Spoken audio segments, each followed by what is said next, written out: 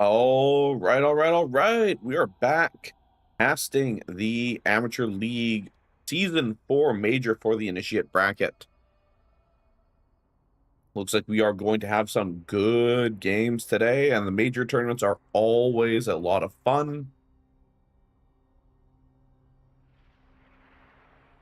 Have some good, strong brackets.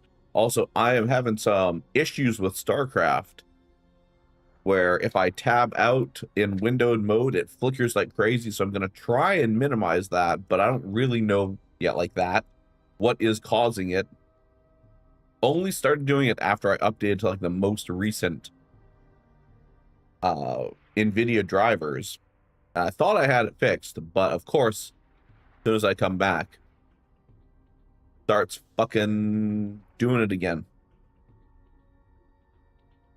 We are running on about a 2-minute delay just for competitive integrity. The rules are 60 seconds, but I want a little bit more than that personally.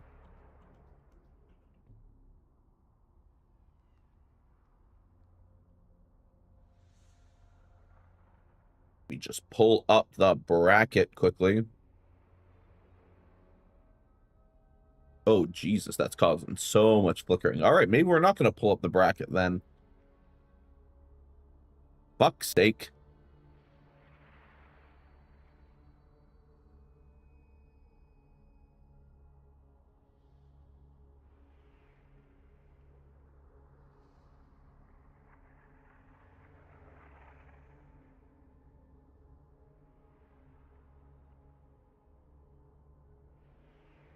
So I pull up the bracket. Starts flickering like crazy on the main screen. Man, I haven't casted in months, and this is the first frickin' thing that I get.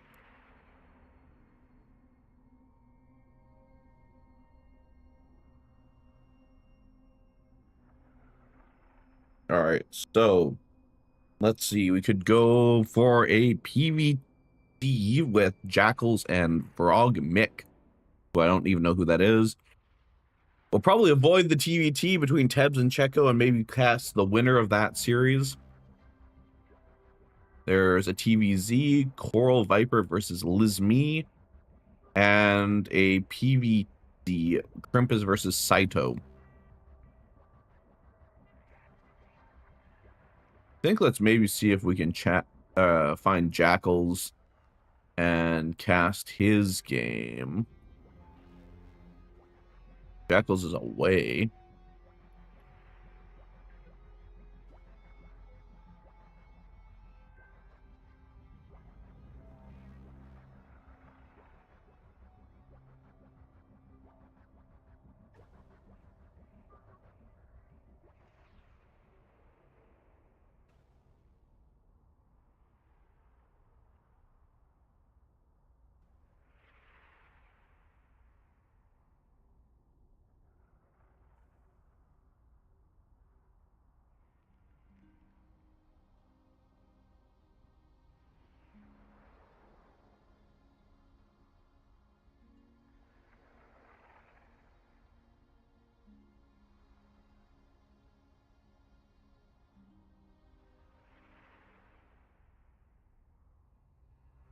So it looks like a couple of players didn't check in, so we got a little bit of confusion as to who's going where.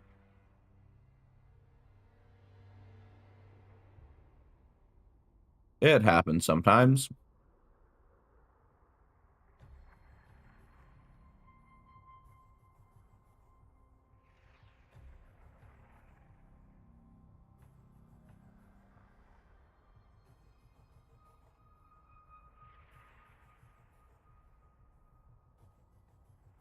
Probably cut the music and just go with the in-game music at this point.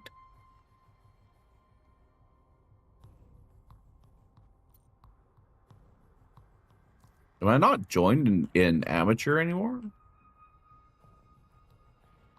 Oh, apparently I'm not.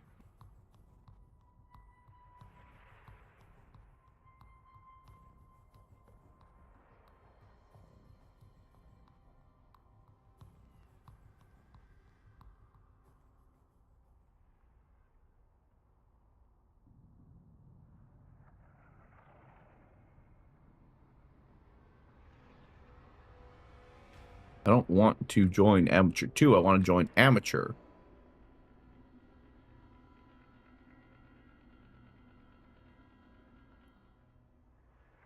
I don't know why I wasn't in that channel anymore. Maybe I got kicked because... an ALT. Join ALT.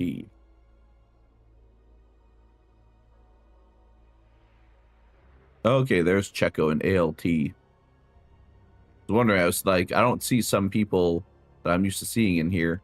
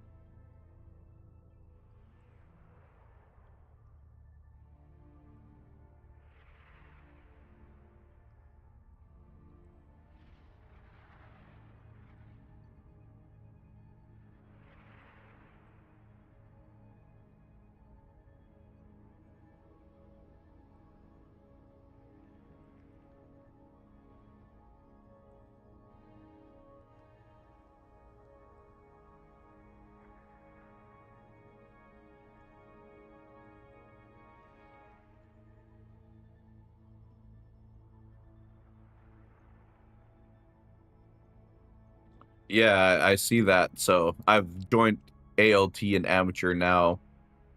I've been out of the loop, so...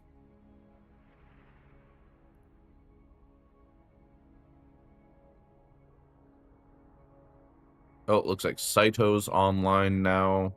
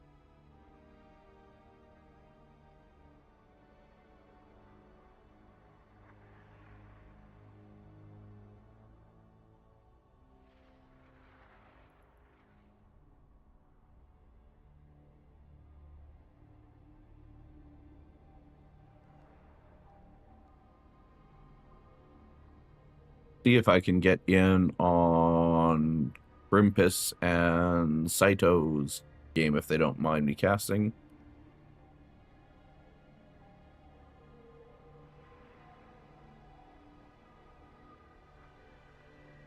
Unless Jackals, are you still here?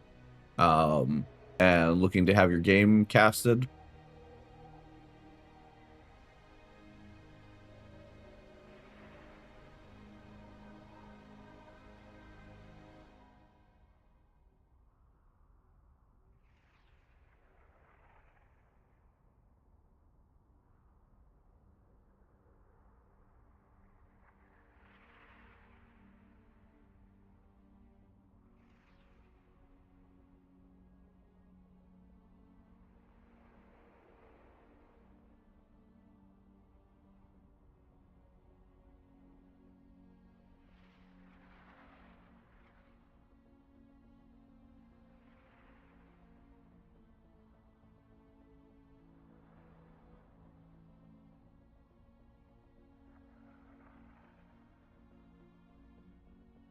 I'm not sure what's going on with the bracket, but I want to cast a game. Or is stuff changing? Let me check ALT.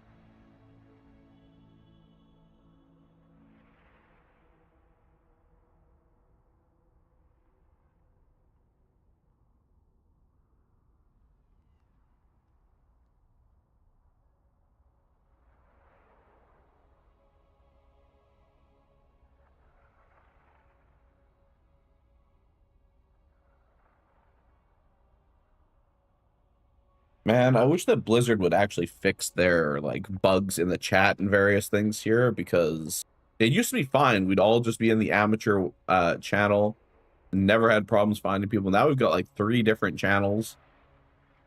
The stuff is bugged.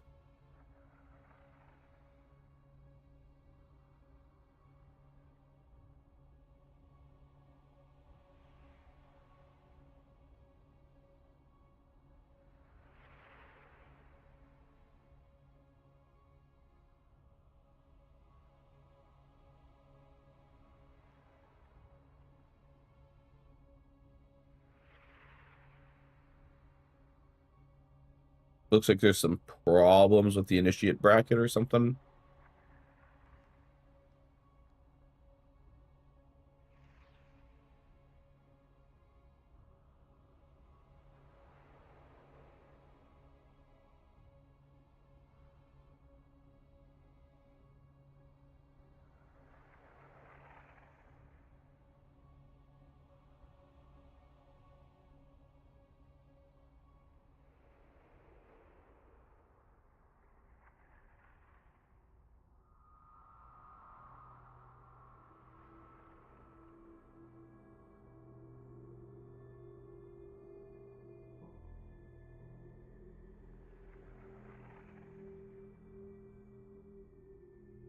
It looks like Liz, me, and Coral Viper are going to be getting into a game soon, so I might try to get that, because Crimpus and Saito were in a party and now they're not.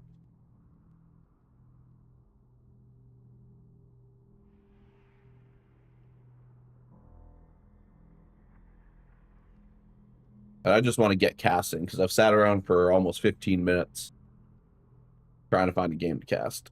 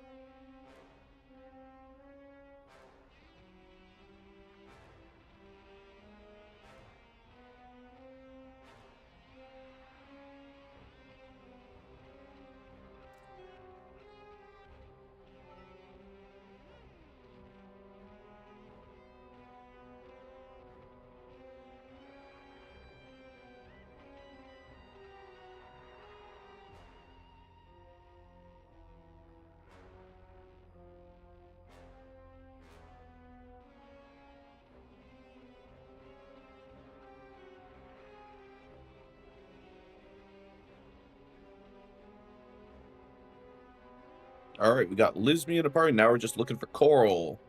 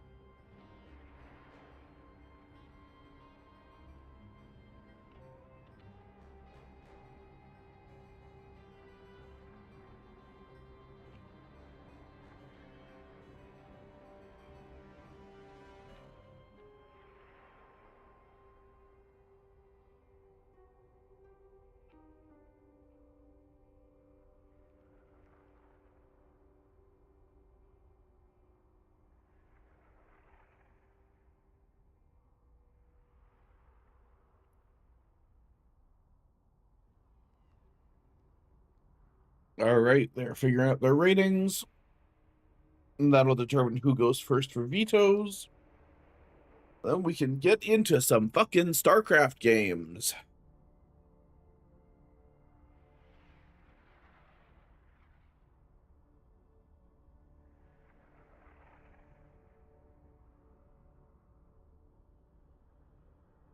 So Coral is 2400 MMR. All right, Lismi must be higher.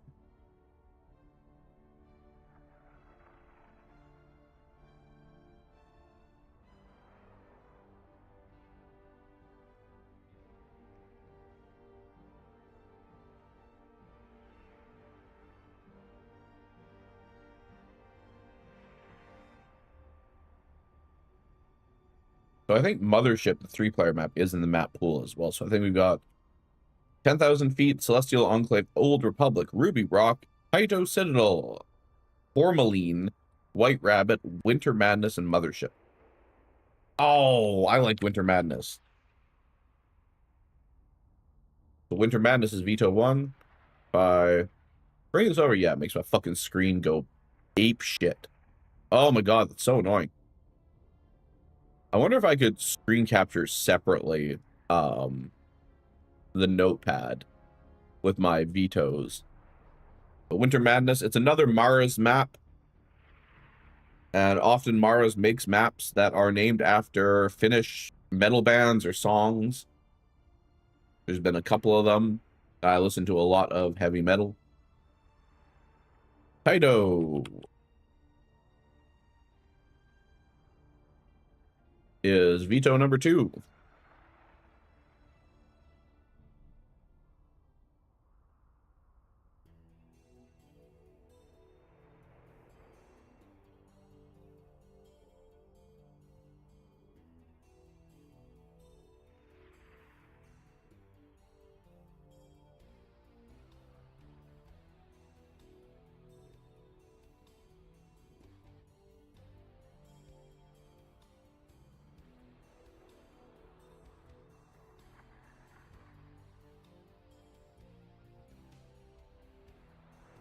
What is our third veto?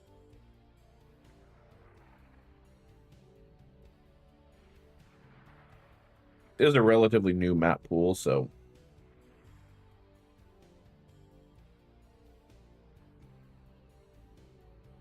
White Rabbit, which I'm pretty sure is a Matrix reference.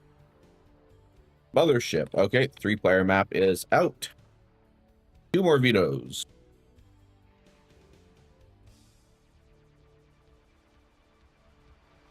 Oh, 1 more veto from each player.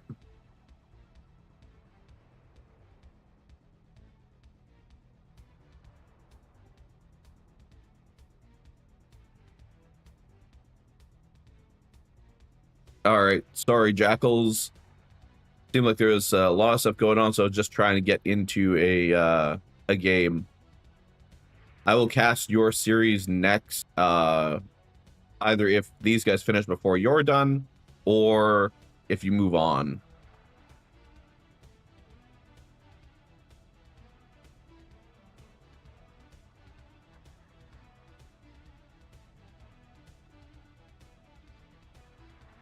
Old Republic and Tourmaline. So map number 1. We've got Ruby Rock, we've got Celestial Enclave, and 10,000 feet.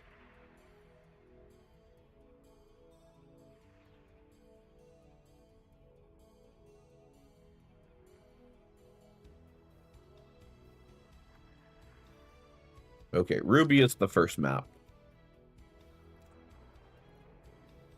And 10K, which makes Celestial the ace.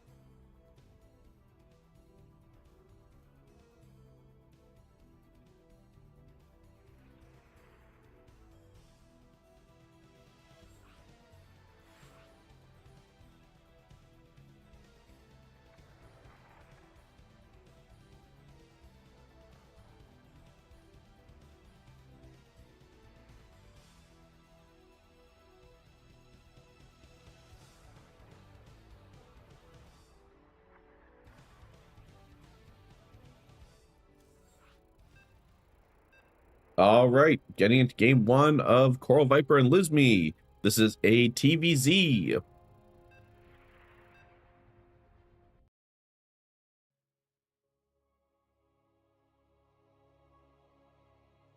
I don't think I have seen either of these players play. I've maybe seen Lizme play, but neither of these two seems overly familiar to me.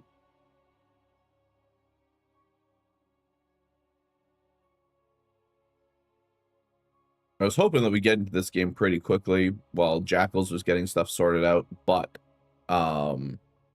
it is what it is. All right. In the top corner with the blue Terran pieces, we have Coral Viper.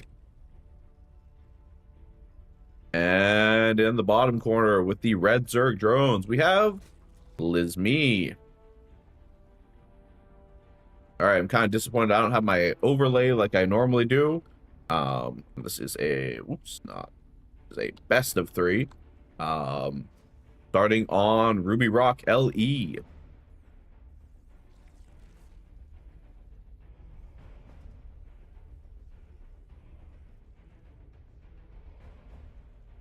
All seems fairly standard right now.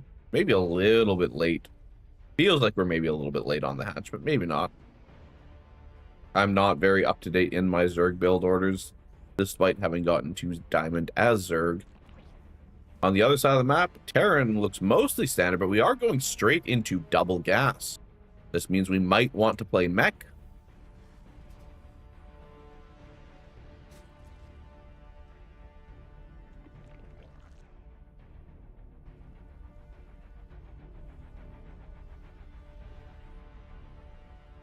Spawning pool goes down, gas goes down. Usually do them in the reverse order so that you can get ling speed a little bit faster, like as soon as you hit that 100 gas and the spawning pool's done. But not a big deal either way. Pretty standard play coming out from both these players.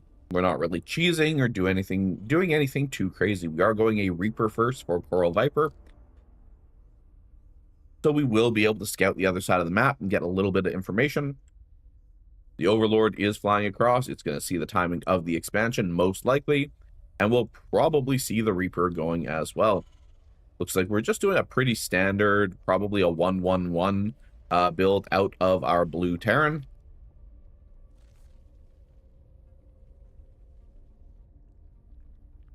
Queens are started up in the natural and the main for the Zerg. But we are not starting any safety lings, which means that this Reaper actually has a small window where it might be able to get a drone kill or two. All right, Reaper is there.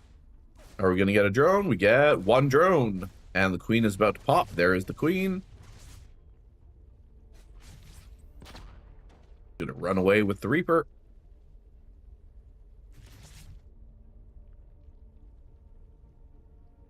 Second Queen is also there. This Reaper needs to get out through the launch pad, most likely. Ooh, we are starting up the... Oh, we canceled it. Realized the Reaper's still there, maybe. Don't know if he actually scouted it or not.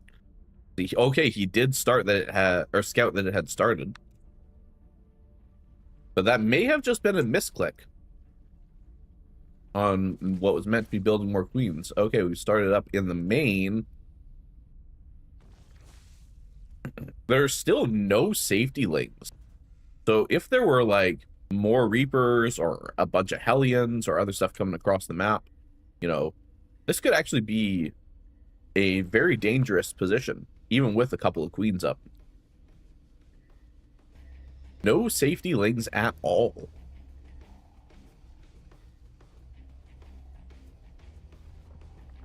Got a Liberator starting up for the Terran, as well as some Marines. Second barracks on the way.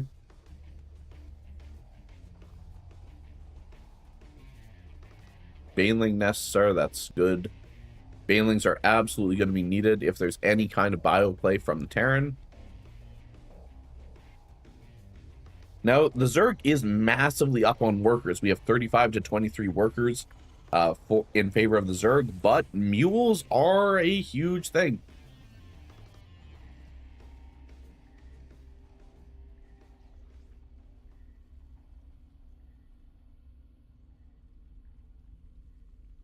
All right, so we are starting roach speed and +1 ranged attacks for the Zerg. We might be going for kind of baby's first timing attack. But the Terran is moving across the map. And there are no roaches out as of yet. Oh, but the Liberator's going in ahead. Gonna take a whole lot of free damage. Oh, one Queen goes down. Got a Roach. Roach goes down. Good pressure from the Terran. Roach speed is not done yet, and this Liberator can only be hit by those Queens. Yes, let's go for the drone barbecue. Killing that economy is super important right now. No, we're not lining up for like good hits from the Hellions, but we are getting 13 drones, 14 drones. Will we get another Queen? Probably not.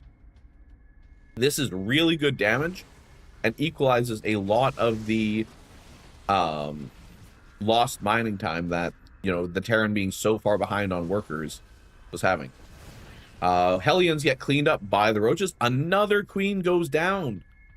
We've only got one Queen left. That's going to hurt our larva production. Are we just going to, like, leave this Liberator here? Doesn't seem like a very good idea, but especially not when you could just move it to the mineral line. And right now, there is nothing that shoots up for the side of the Zerg, except that one Queen in the main. This is looking like a very committed push from our Terran player. Couple more libs. And if all three of the libs siege up in this choke point, the Queens are never going to be able to kill them.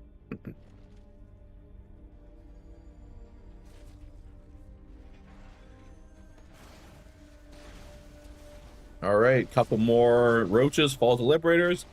Queen is about to die. Queen does get picked off. We are still only at one Queen in our main. These Liberators are getting to do whatever they want. All right, Roaches are very good at killing Hellions, but so many of them are going down to those Liberators. These Liberators are huge. for Coral Viper. Sieging up in the choke point again. Queen goes down. Second queen goes down. Roaches are killing the Hellions, but anything in this choke point is just dying outright to the Liberators. We need some Hydras. We need some static air defense. We need something that can shoot up other than queens. These Liberators are getting so much value. It's insane. And maybe like a scan to clear this creep out here would actually be great.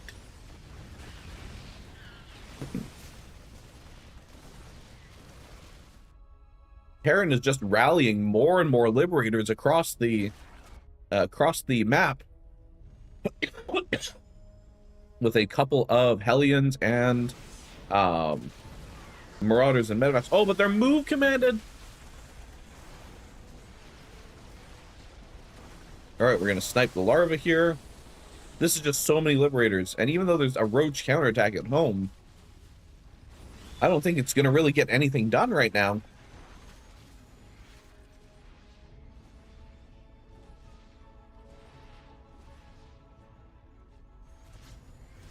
As the mass Liberators move further in, killing everything in the Zerg base except the structures. Drones running away, but how far can they run?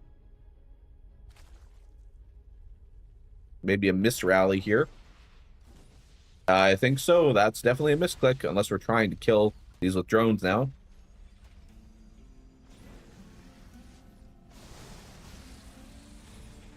Yep, and those Liberators are sieging up. There's just nowhere for these drones to hide. The line from the Total Biscuit voice pack, drones have many natural predators. Here they come now. This has never seemed more true than right in this moment.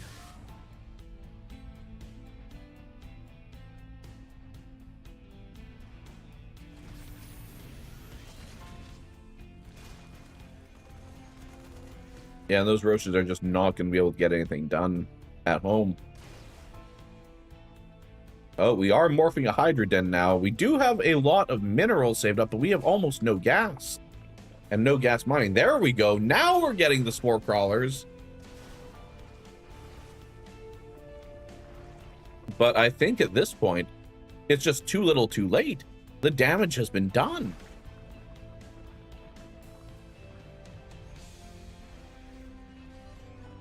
This is just so many Liberators. And Liberators cannot shoot these spore crawlers. So if you can keep the spores safe from the ground army, you can kill a bunch of these Liberators.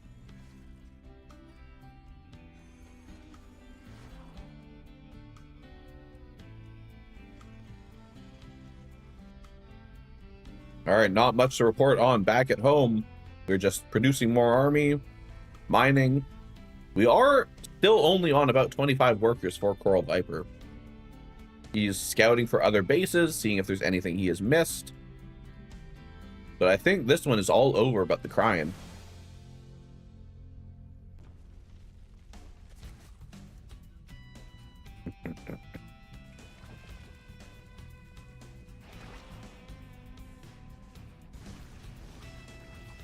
All right, we do get a couple more Liberators with the spore crawlers, but the army is there to protect them and to take down those spores. I just don't think that Lizmi has enough army, enough economy, enough anything at this point to hold off this Terran. As much as he is making a valiant stand of it.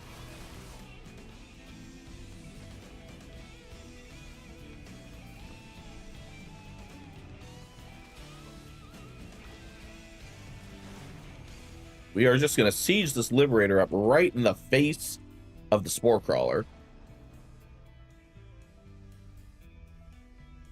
We're adding on, 2 more command centers, but why don't we just add on a couple of reactors and start pumping out Marines? You pump out a dozen Marines, and this game should be over. You fly a Liberator to the side and start taking out drones where the spore crawler can't reach. and this game should be over.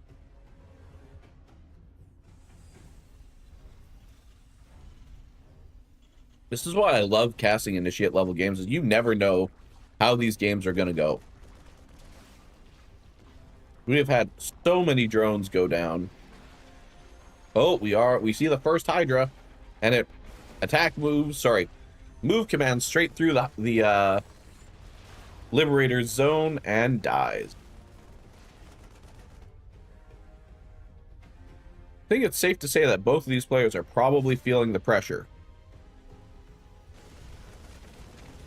All right, we do have this Marine Liberator Hellion push. Liberators are getting cleaned up. They've taken so much damage over time from these spores and little engagements. But I think that if Marines just keep getting rallied across the map, that this is probably going to go to Coral Viper for game 1.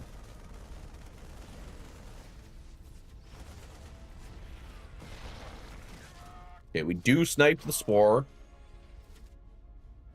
We do have more barracks, so we are getting more Marine production. Nice ALT logo right in the middle of the map there.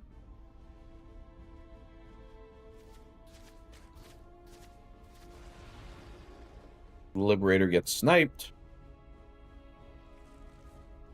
Honestly, if Lizmi stabilizes out of this, I will be amazed. Because he should have been dead to rights.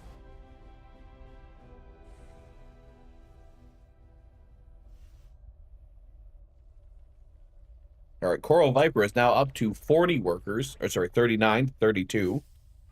All right, sim the Marines, no medevacs to heal them. We're going to go and snipe these drones.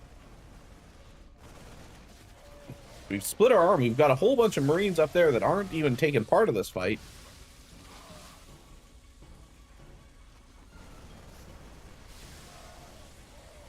All right, getting a couple of snipes there with the Liberators. Marines going down. I would not want to be a Marine in Coral Viper's army, or in anyone's army. The lore behind the Marines is not good, but most of these soldiers are not making it home.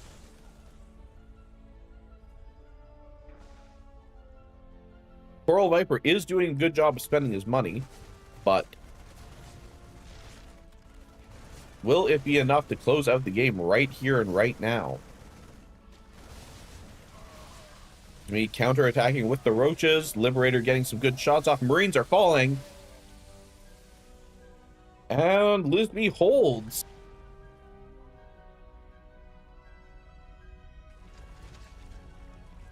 You're going to burrow that spore and take out this annoying Liberator.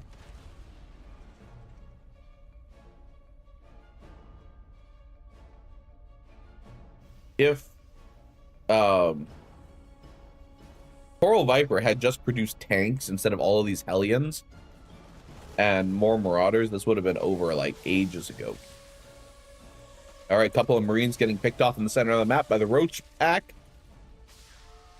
Lizmi is desperate to get some damage, to get anything done on the other side of the map. But he is running his Roaches into a meat grinder. There's the first tank that we've seen all game.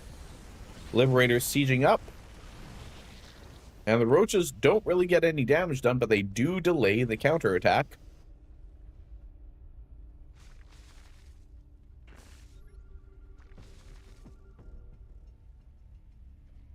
We do have some Zerglings here. But are those not Speedlings? Did he not? There's no way he doesn't have Speedlings, right? I'm just used to seeing them with the wings because I think of the skin that I use. All right, we're getting a whole bunch of Liberators sieged up.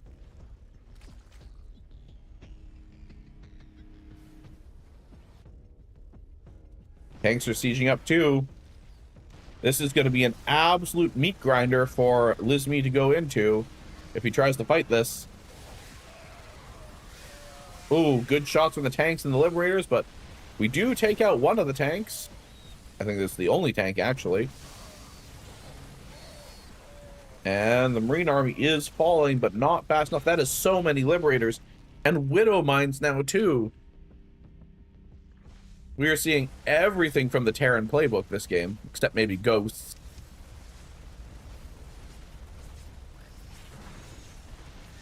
Okay, a couple of Widowmine hits.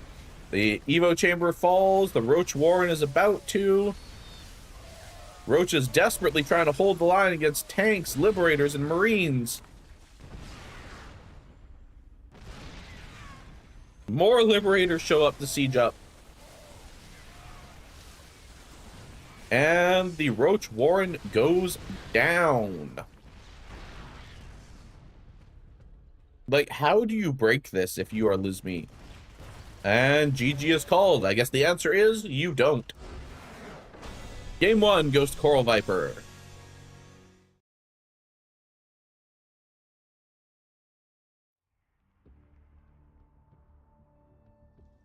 $211 to 140 APM, or 144. That's actually a surprisingly high APM. All right, map 2 was 10,000 feet.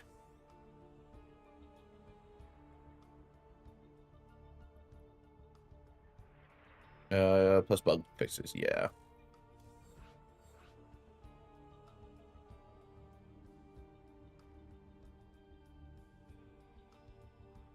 And Celestial Enclave will be our ace if needed.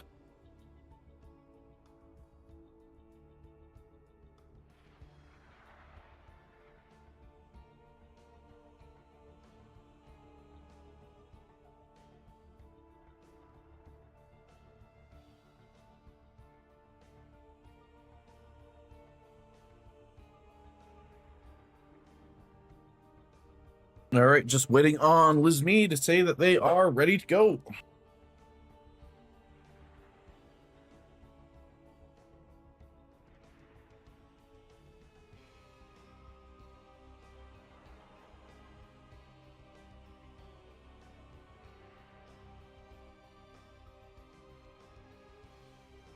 I won't start a game unless I have both players that say they're ready, because you never know. Okay.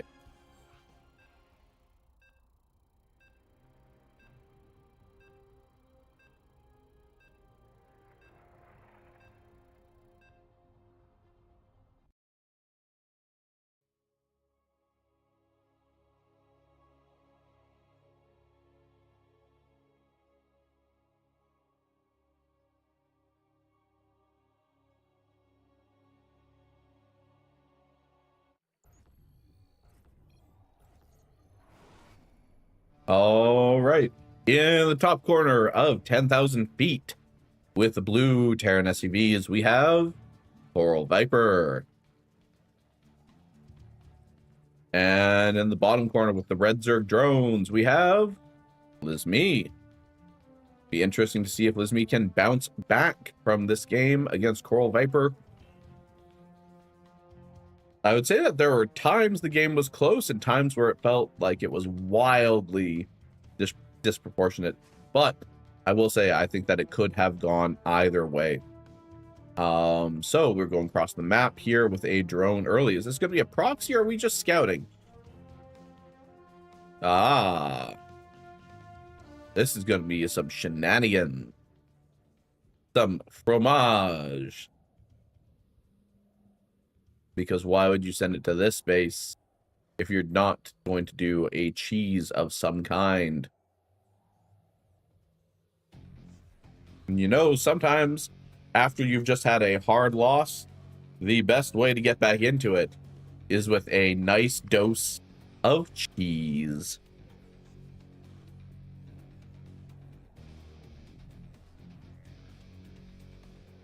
All right, looks like we've got just a standard build here coming out of Coral Viper. Single gas start this time rather than double. All right, and we have spawning pool first for Lizmee into a proxy hatch. Could get a whole lot of damage early, especially if this wall off is not finished. All right, natural goes down for the side of Coral Viper.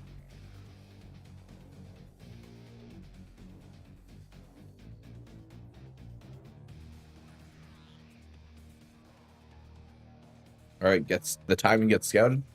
So Lizmee will have a good idea that there is not a whole lot of defense there if Lings were to show up right away. Or is this going to be, oh, it's going to be proxy roaches. We haven't even gone for Ling speed, I don't think. I wasn't really paying attention. That's my bad. All right, Roach Warren finishes. He sees it's only a single base. So Coral Viper should have some idea that he is about to get all in, or that there may be some forces showing up on the other side of the map. It's a really good scout from him. But yeah. Oh, goes for a reactor. Reactor takes longer to build. If, you know, those roaches get queued up right now, they might actually show up either as the reactor is finishing or before it is finished. Going for Evo Chamber. Okay, like, this is what's strange to me, is you're going for these buildings first, and you're not building right away. This is going to hit pretty late, all things considered. Move command to Lings, he'll spot them.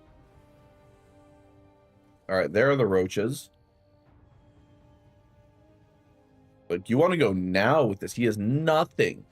Because he added on that reactor took so long, he has nothing. All right, we're going to mine this out, but it doesn't really matter which direction you come from. There's no wall. It just go now, and you kill everything.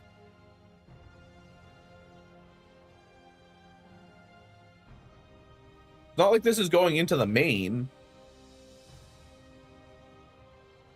Will he expect it to come from right here? Probably not, but it really makes no difference whether you hit from here or here in this particular case.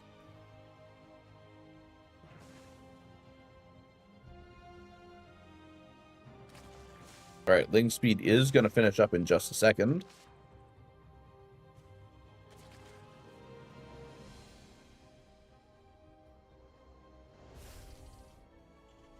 Now the wall is going to start up at the other entrance. But even that's not going to stop.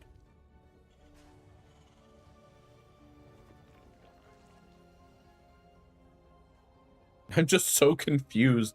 Oh, and the roaches can't actually get through. The hole wasn't big enough for the roaches to get through. All right, we are getting a bunch of SCVs. Actually, only 2. But the Zerglings can't get up the ramp. Okay. Got 6 SCVs going down. Couple of Marines. 9 SCVs. All right, and the roaches turn their fire back to the Marines. And now they'll spot the creep that's moving up. But we got a couple Widow Mines. Oh, there was another SCV that went down somewhere. 10 SCVs in total going down. But this could be a very scary Marine Marauder push now. We do have a ton of production in the Terran base. We did inflict some economic damage, but the Terran are still ahead in eco. All right, Marine goes down. Lings go down in return. A couple of roaches fighting for their lives. The Lings show up. But is it enough to keep this base alive? It looks like it will be, as the Terran forces get wiped out. But good Widow Mine hits. All right, but it's open season on these SCVs. 3 more go down, 4 go down, 5 go down, 6, 7. Okay. Looks like the Terran will hold off the Zerg. Couple more Widow Mines burrowing, I guess I should say. The problem here is that despite the losses, no, Terran at least has like a little bit more mining going on. If Zerg can't like at least kill this base, they're going to be worse off if they don't do like some significant mining out here. Yeah, we are taking the natural at home finally.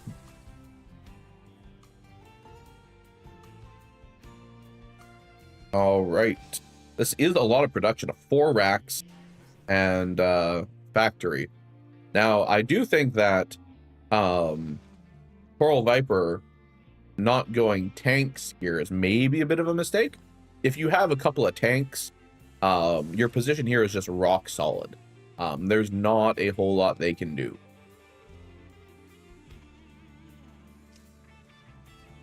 We are still building SCVs, which is good. We are actually, Coral Viper is ahead on workers this game, where he was behind Lizmi for most of the previous game, despite inflicting a lot of damage. All right, the Marines are going in and getting picked off. All right, we do have a lot of surplus larvae at this hatchery here that Lizmi should probably turn into army before trying to make any kind of an engagement or fight.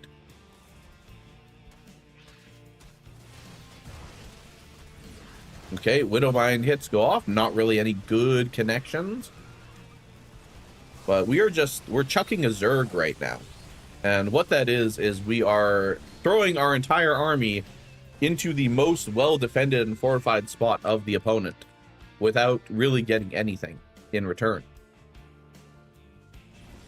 All right. Coral Viper said, I've had enough. We are not going to allow this hatchery to be here any longer. Probably a good decision. That is so much wasted larva. Like, morph that all into Zerglings and try to run them across the map or something. Like, that is so much wasted larva.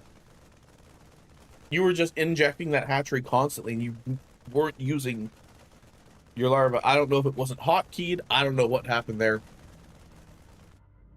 And you're gonna need those for this coming fight. Oh, that hurts. That hurts. Because this push might actually just be enough to end the game right now. If he waits for his entire army to get there. Which he didn't. He goes in.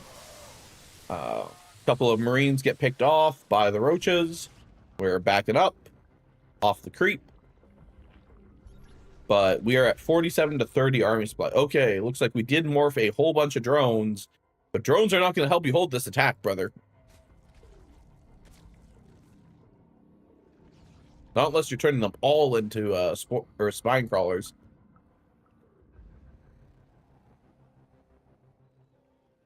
All right, we did find a overseer at home, but the Marauder is not going to be able to shoot that. Getting a third base for both sides. Got a ton of drones just kind of sitting around. If you had turned all of these into Zerglings, you could have wrapped around this army from behind.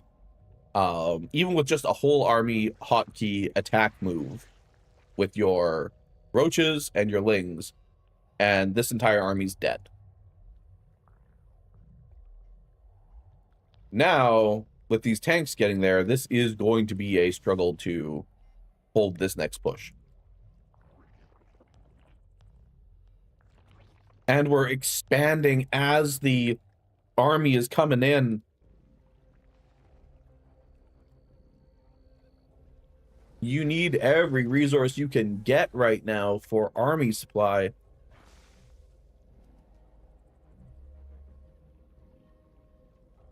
And those drones, they sat out there not mining. I figured they were going to be used on the third. Then we just transfer them all to the natural. But so late. Oh no. This Terran army is massive. Marines are falling. Roaches are dying. But I think there's just too much Terran. This should just be GG. These Marines and Marauders, even without the medevacs, should be able to clean up anything that Lizmi has to offer. GG is called, and game 2 goes to Coral Viper. So Coral Viper will move on.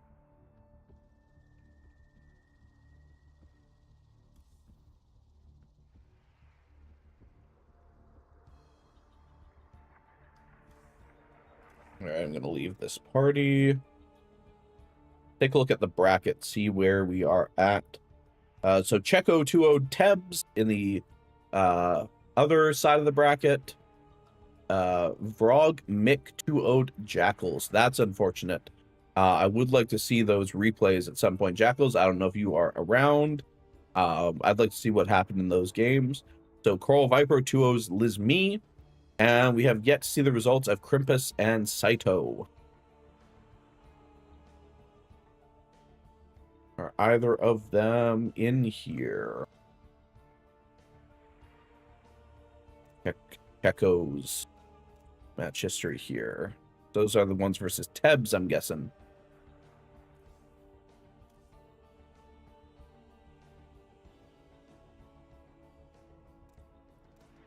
History looks like Saito and Crimpus. I think Saito moved on.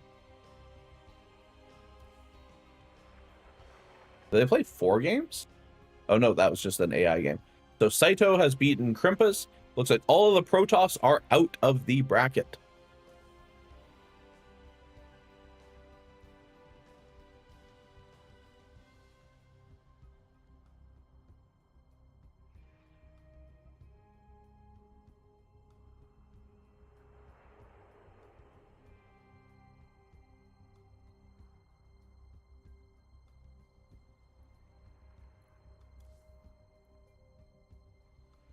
Like these guys are not in a party currently. They will be the next match.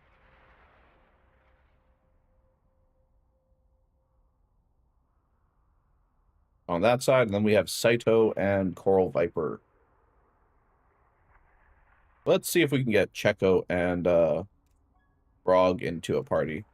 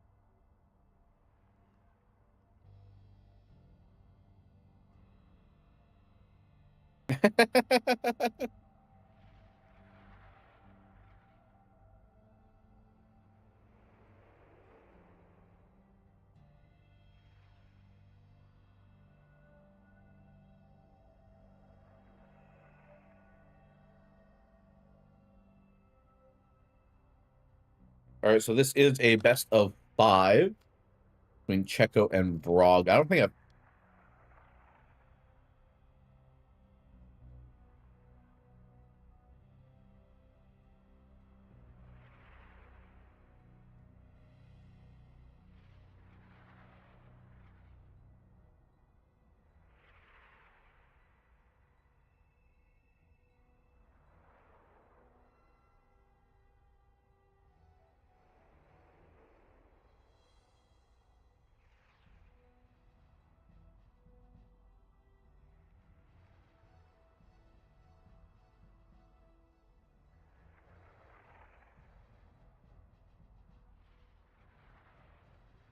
All right. So Checo is vetoing Celestial off the bat.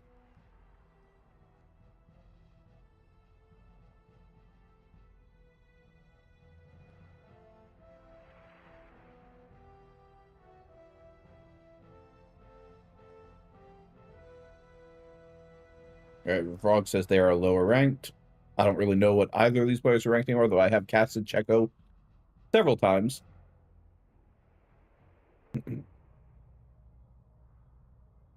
The White Rabbit is our first veto. I assume Checo will just veto Celestial. Yep, Celestial.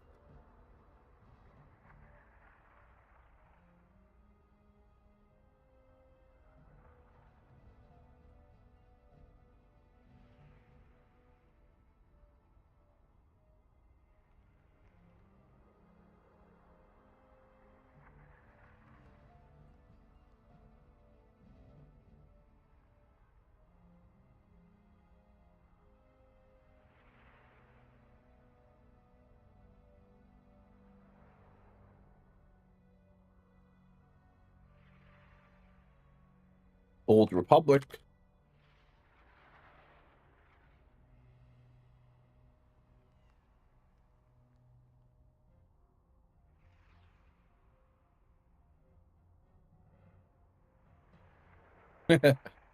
One million feet. All right. That is our vetoes done. I believe only 4 vetoes because this is a best of 5.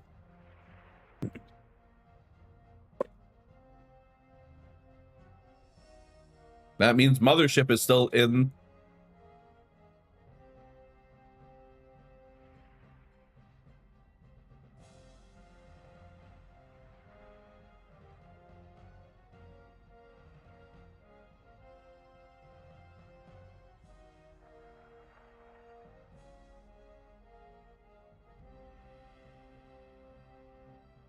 Is Mothership his first pick, or is he just saying, oh no, Mothership? Oh, that's what I'm trying to tell.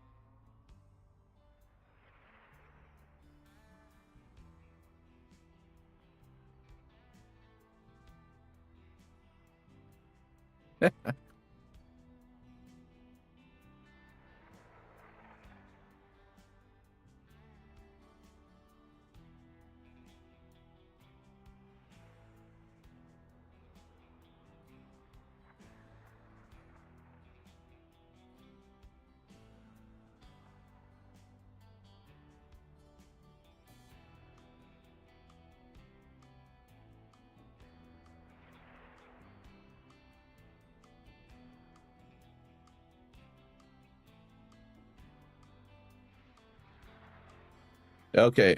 One is Taito.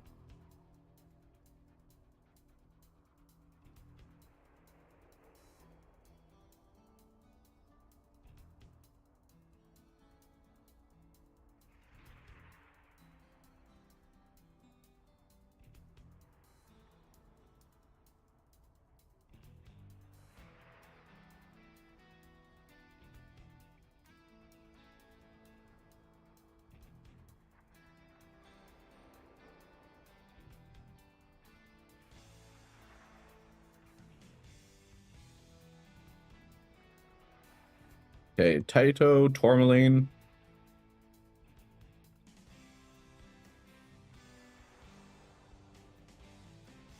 Because it helps me when I'm making these games. Ruby.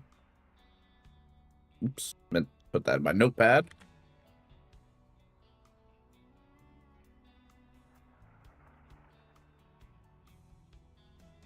Probably Winter Madness. And then Mothership.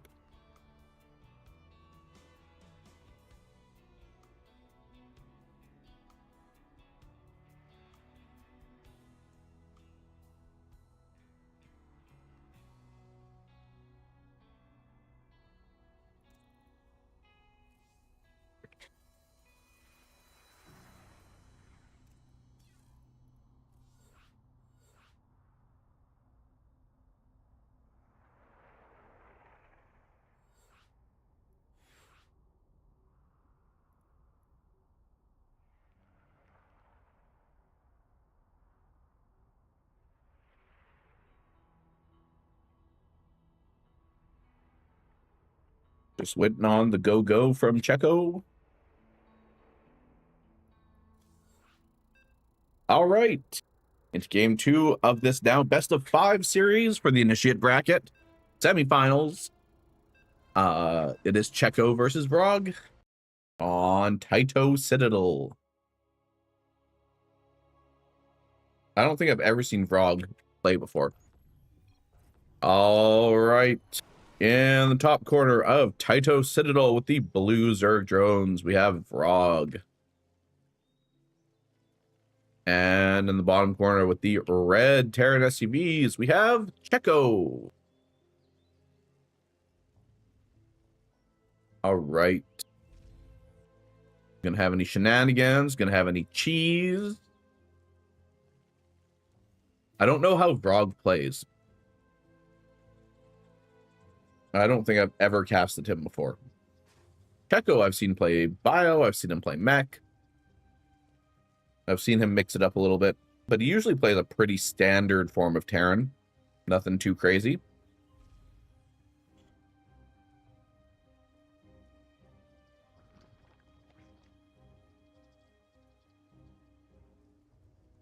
All right, we got the natural going down for Vrog. SCV Scout going across the map. Assuming it's a Scout, maybe it's a proxy.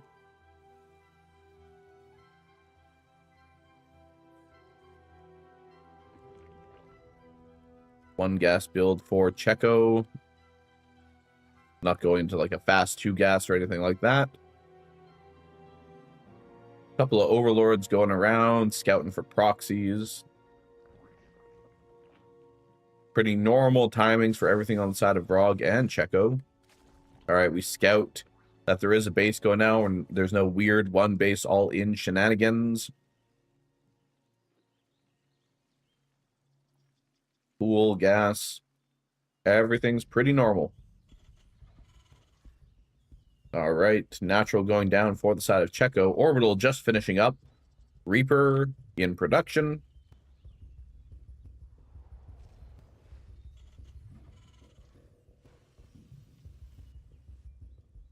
Really not a whole lot to talk about in a lot of these early games, unfortunately, unless some shenanigans or cheese happens.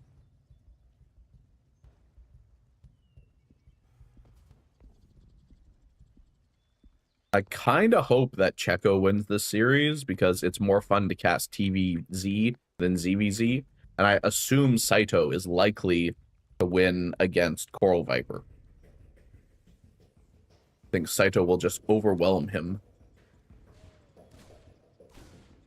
I have seen Saito play before. He seems like a very strong Zerg. All right, we do get a drone with the Reaper.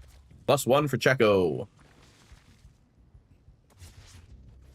All right, Zergling's chasing him around. Almost got the extractor off, but not quite. Third base going down for the side of Vrog, while Checo is just finishing his natural. We've got a reactor swap there, so we're going to be probably pumping out Hellions, I assume, and not Widow Mines. You can no longer do Cyclones with just a reactor. All right, 28 to 24 workers currently, but mules will make up the difference here. Reaper is still scouting around, being a bit of a nuisance. Got that one drone kill as far as I'm aware. Yep, just one. All right, Reaper and Hellions looking to move out and put on some pressure.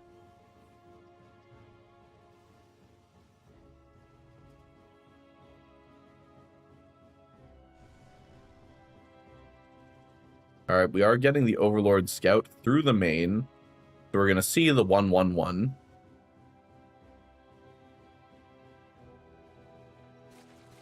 And we are just currently producing lots of Lings.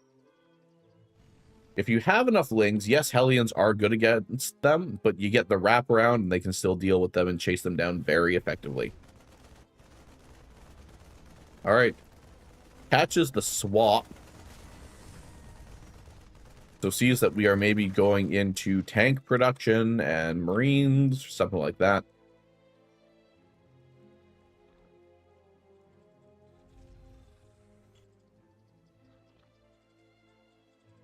All right, we're starting a bit of a wall at the front with the Evo chambers. We don't want those Hellions getting in and having a free drone barbecue. And if I sound a little bit low energy today, you know, I'm running on about 4 hours of sleep. But as someone told me earlier this week, you know, that's why God invented Monster.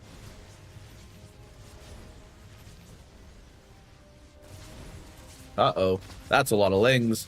Reaper Grenade is good. Might be able to get some of these out. Oh no, the surround by Vrog. Absolutely decimating those Reaper Hellions. Oh, but the Liberator in the main gets 3 drones. And pops a couple of larvae. 4 drones go down. You know, maybe not worth it for all of the Hellions and the Reaper as well, but at least he's getting some damage.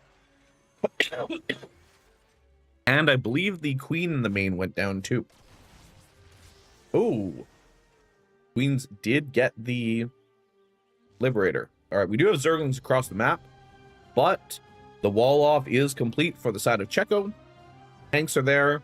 These Zerglings will not be likely to get any actual damage done until Checo tries to move out for a third. Command center is building in the main. What do we have going on at home? Upgrades, +1 melee for the Zerg. Combat shields. Dim started up for Checo. It looks like we are transitioning from the Hellions into a Bio Ball. Oh, Vrog is going to check, or going to scout this move out from Checo. This may actually be a good time for, you know, some attacks on the supply depots. You might be able to force that army to turn around and go home. There are some Marines here, but it's actually not like a ton. You consider, like, these Zerglings might be able to just go and brute force this wall down, and they're in. The Lings are in the base. We do get a good pull up of the supply depot to prevent them from getting into the main. And, you know, this isn't getting a ton of damage done. You know, a couple Marines, but it did stop some mining time. It did force Checo to go back as he was moving up for an attack. Oh, the Banelings don't have speed. They're waddling along. You need to get speed on those puppies. I actually think that if those Banelings had speed, they just slip right in and they decimate that whole mineral line, and that could be game-ending damage. Checo still does not have a base. Vrog is on his third base. Vrog is on his 4th. Checo needs to be pretty careful here. He's got to get some damage done, because if he doesn't go and reduce that worker count and stop the expansion, Zerg is just going to overwhelm him. Get some tanks leapfrogged over here. Oh, the tanks aren't sieged. The tanks aren't sieged. All right, Banelings move past the tanks. Oh, and then a bunch of them explode on the tanks instead of on the bio. But Checo got a little bit greedy there. He tried to move in to get the siege tanks into a better position, I guess, where they could probably hit the Nexus. Ooh, big tank hits. Big tank hits. Lots of Zerglings going down. Good pressure here from Checo. Now, in the middle of this, the third base for Checo has gone down. Well, gone up, I should say. And he's getting, you know, workers at it. But we're still in a 10 worker deficit. Oh, the wraparound. Lings are on the tank. We need to pick up these Marines and get out of there. Tanks all go down. Marines get dropped in the main. It probably isn't going to get much done. Marines are falling quickly. But it does just put on the pressure. It's an APM tax. You're running the Zerg around, making them react to you.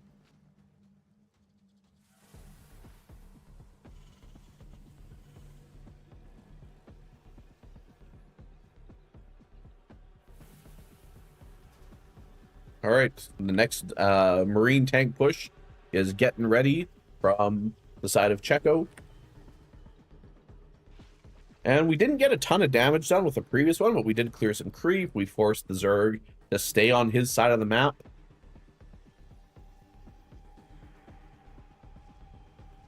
All right, we got more barracks going down. We're going up to 8 racks. And we do have 1-1 done. So Checo does actually, technically right now, for the next little while, have the upgrade advantage. There are a lot of Banes here. They will bust this wall and get into the mineral line.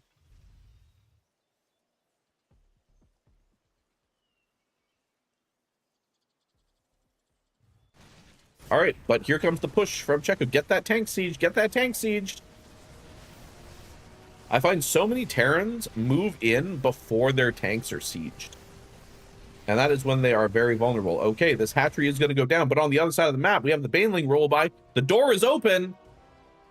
And here come the Banelings into the mineral line. And 5 SCVs go down. I think he should have just detonated them all there and not tried to split. All right, Marines get surrounded. Oh, the Baneling connections are devastating.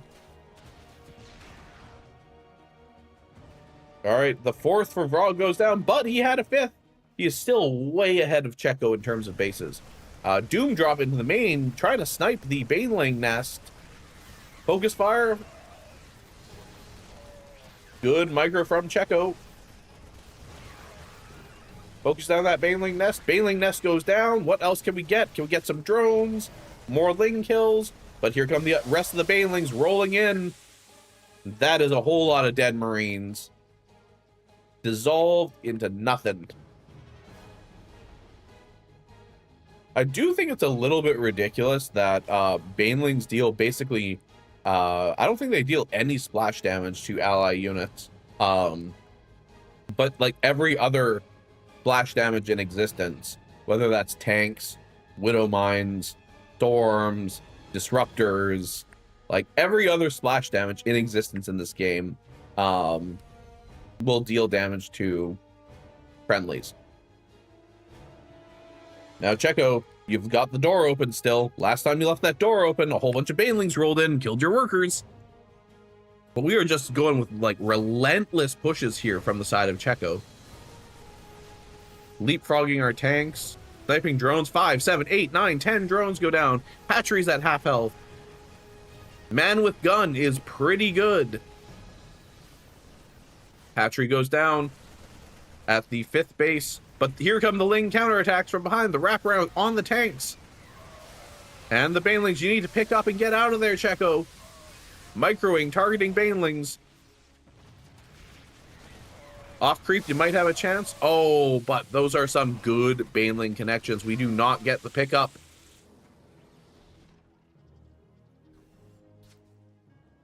You know, I said I wouldn't want to be a Marine in Coral Viper's army, but I think I want to be a Marine in Checo's army even less.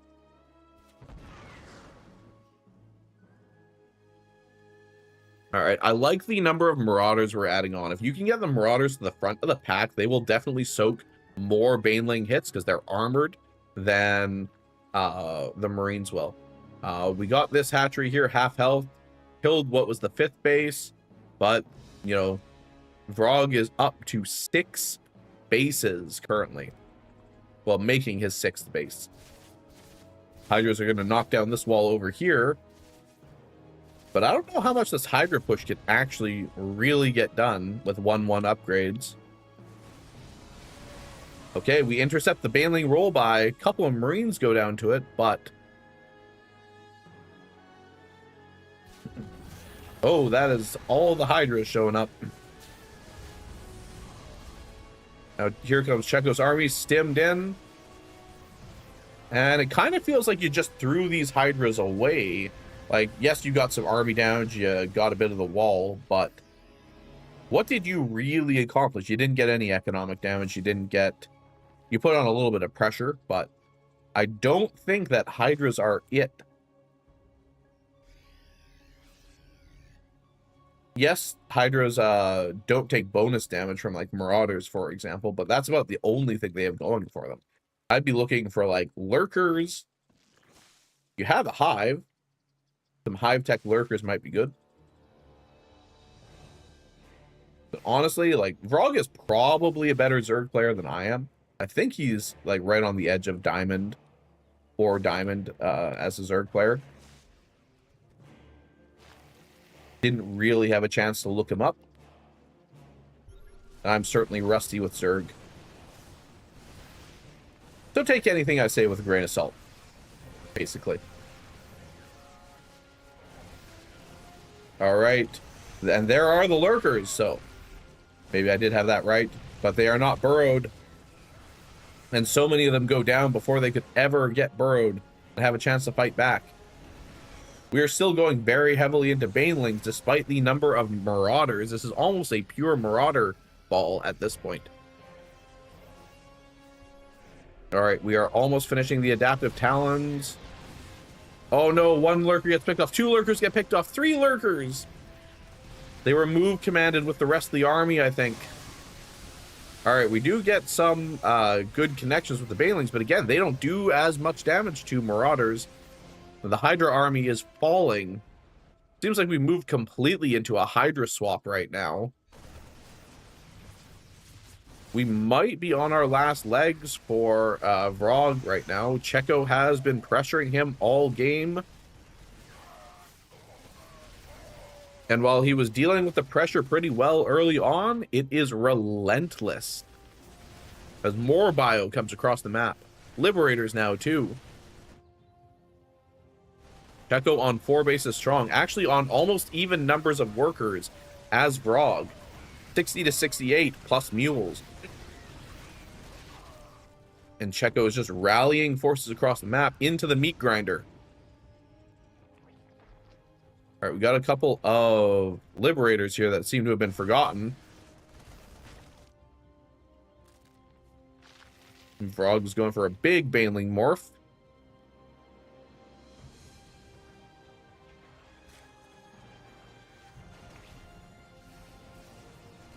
All right, Checo finds the banelings, but will it be in time? Oh, the Marauder concussive shells slow them just enough that they don't get a good connection on that bio ball. All right, more lurkers coming up from the side of Vrog. I feel like if he gets enough lurkers out, he will be able to stabilize. 2 liberators get sniped by the Hydras with the speed upgrade that I almost never see used. And we are still expanding on the side of the Zerg.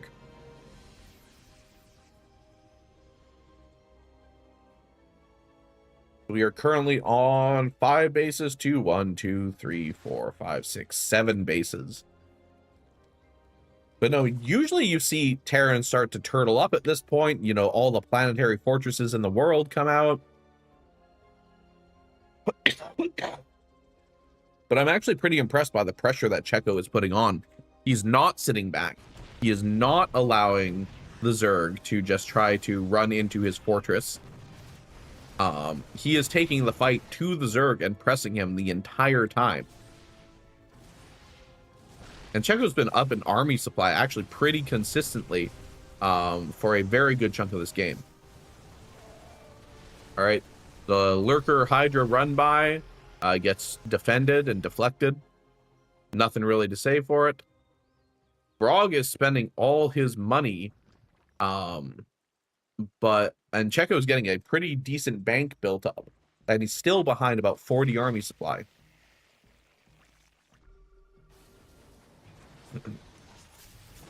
All right, Checo's moving in on the right side here. This hatchery is absolutely going to fall. There is nothing that can save it. Drones are being run home. And now the Zerg Baneling ball comes in. So many Marines going down, but the tank shots are huge. That's like 6 tanks that all fired at the same time. Now, that was a huge dip in Checo's army. We just watched Vrog's army go from 70 or 80 to 27. I don't think that Vrog can hold this next push. I think Checo's going to keep rallying army across the map and pushing in here. And with these tanks in this position, it's going to be very hard to break this position. All right, Marines go. They stem in, targeting down the extractor and the Nexus, or not Nexus, sorry, hatchery. I can't speak today. Targeting down the hatchery. It falls. I think Vrog is on his last legs. There's going to be a desperate attempt to hold here. The lurkers don't get morphed in. If you're Vrog, how do you hold this? 45 to 114 army supply. It's all turning up Checo in this game here. Moves in, overlords falling by the dozen, balloons getting popped, the banelings go in, the bio gets cleaned up, but there's so many tanks and liberators. And more army is just streaming across the map. GG is called by Vrog. Game 1 goes to Checo. Wow, what a game. We're going to be on Tourmaline for our next map.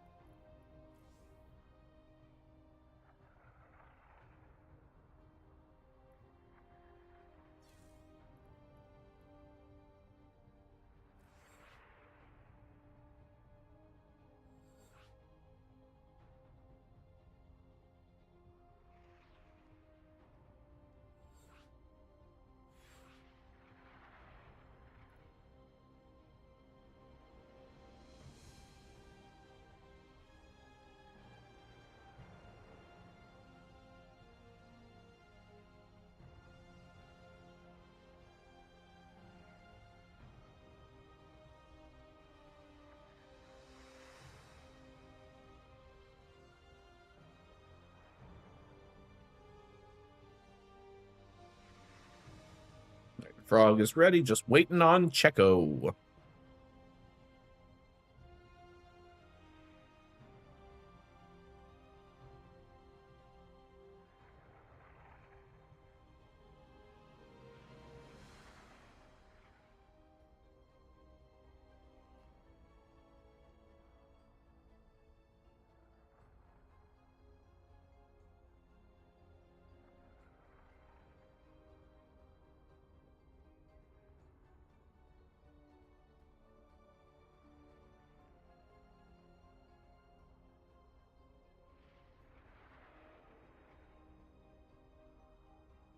Like, honestly, like, Vrog probably feels pretty bad about that loss, but it was really a pretty close game for a large chunk of that.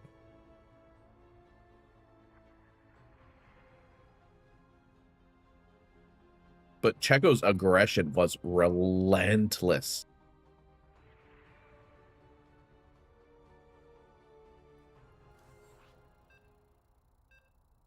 All right, getting to game 2, Checo and Vrog.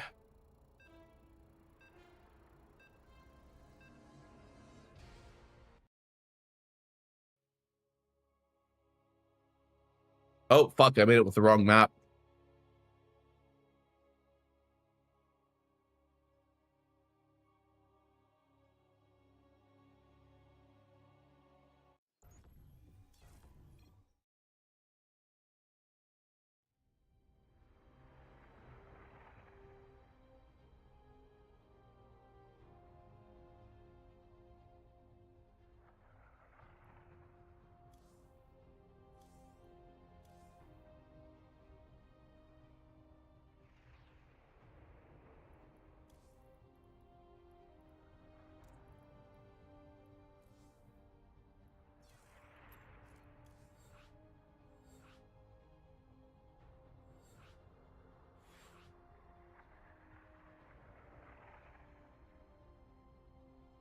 Whoops, I'm a fucking ape.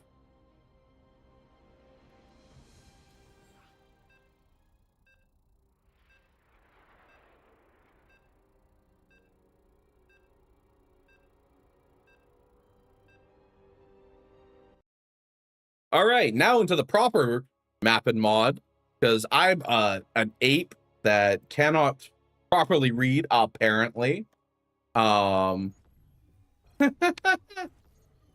All right, in the bottom corner with the blue Zerg drones, we have Frog. And in the top corner with the red Terran pieces, we have Checo.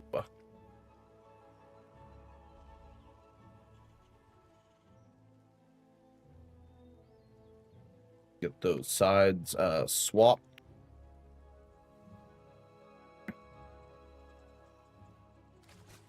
I've never actually made that mistake while casting a game. But you know, it's the first time for everything.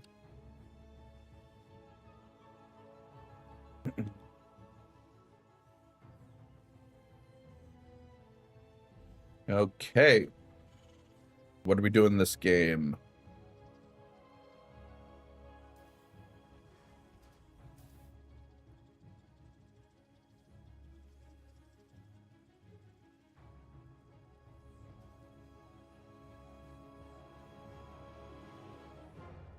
Everything looks standard so far. Hatch, gas, pool.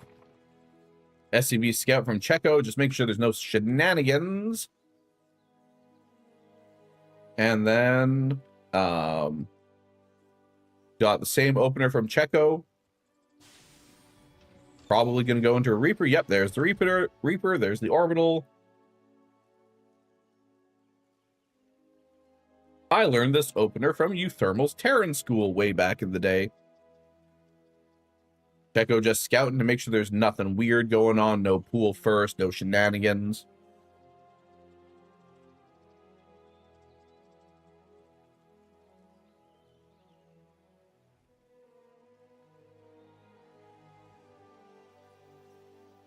And what do we got here? Reaper is out. Okay, now we're going across the map. Queens are up. Safety lings are building.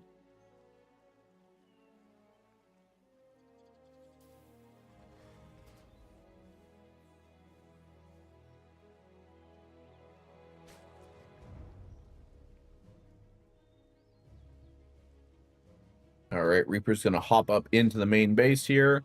Just before the queen pops, maybe we have time to get a drone, but probably not. Sees the pool wiggling. But the queen will keep those drones all nice and safe. Checo probably not going to be able to get a drone kill this game. All right, Vrog going for the third base. I like that he is putting Zerglings preemptively in place so that he can catch if the Reaper tries to go in again. Checo starting the wall off, swapping the buildings. Gonna get some Reapers, some Hellions, maybe some Liberators out again. Checo plays very standard, and he is very good at playing standard, from what I've seen.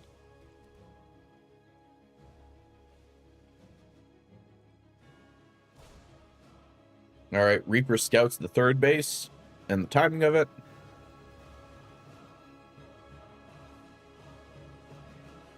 Gonna try to get something done. Nope. Immediately backs off, seeing the queens there. Scouting around. Lings are no longer on the jump pad, but probably going to regroup with some Hellions and go for a little bit of pressure.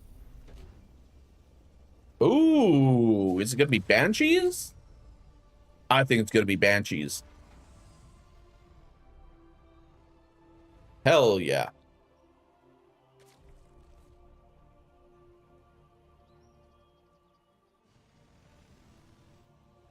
So we're going Reaper, Hellion, Banshee. I love it.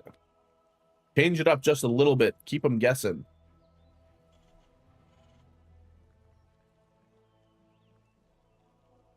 All right, one Hellion is separated. Probably going to go down. Yep, Zergling's chasing after. Oh, it's one hit. Has literally 2 health left. Oh, if the queens could have sniped it, that would have been good. All right, so this aggression from Checo gets easily defended because of a little bit of a misrally across the map. All right, Evo Chambers pop up. We are getting spores in the main base. I don't know if we saw the Banshee or if it's just a precaution, because when he did all this aggression last time, he also had a Liberator.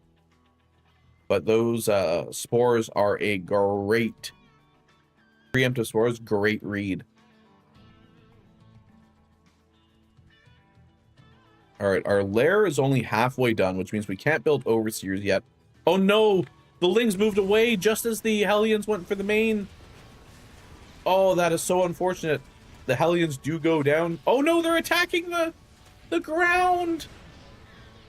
I hate this. I misclick this by accident all the fucking time. And 7 drones go down. Oh, I would be so salty about that.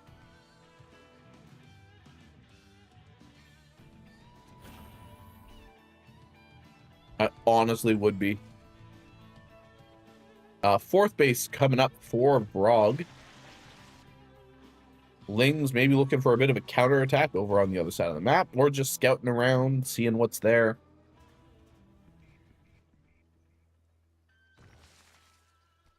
Banshees are ready to swoop in like birds of prey.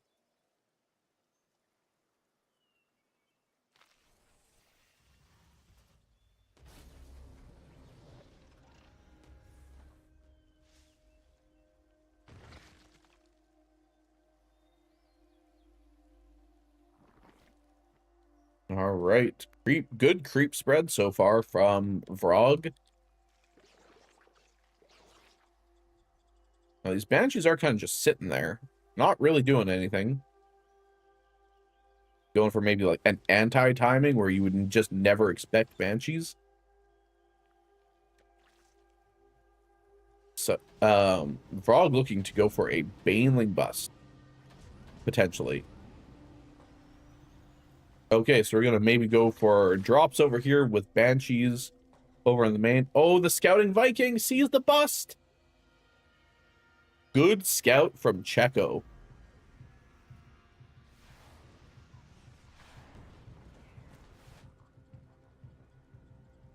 All right, we've got a tank and 8 Marines here. This is probably just going to be a diversion so that the Banshees can go into the main.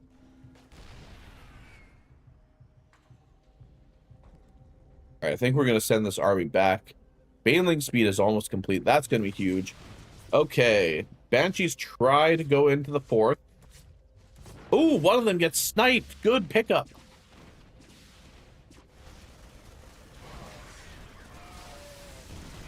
And the tank Marine drop gets cleaned up as well. So far, this is being really well held by Vrog. Oh, we've got an Overseer. This Banshee gets picked off. Those Banshees not really getting anything done. Man, I thought that they were going to be so good, honestly. All right, looks like we are going for a massive Baneling bust. If Vrog can keep Checo on 2 bases while he is on 4, he should be able to win. The hard part is keeping them on only 2 bases. Okay, this is the time. The tanks aren't sieged. No, that's the moment. You got to go with more than 5. But these tanks are not sieged. This is the perfect time. Okay, all of the tanks go down. The entire army is dead. Vrog will not be able to push into this, but he has prevented Checo from actively getting resources at this 3rd base.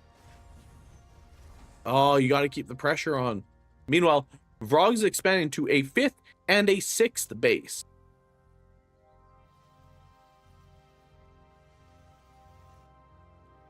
But good pressure.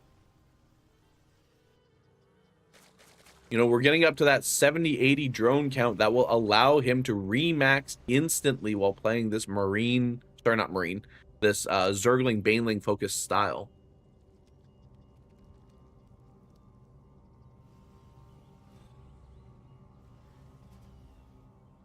Honestly, this base is in such a risky position. I think Vrog can just go and... Oh, man, this is so many Banelings. Like, this is actually an over amount of Banelings, I think.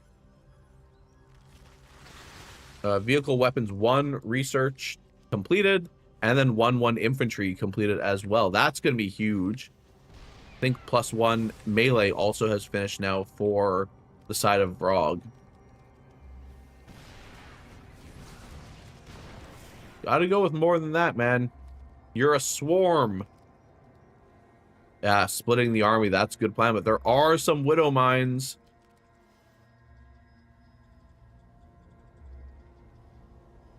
Right? Like, I don't think that if the entire army comes collapsing in, that there's enough to hold out from here. Like, yes, there's some tanks at home. The natural probably doesn't get killed, but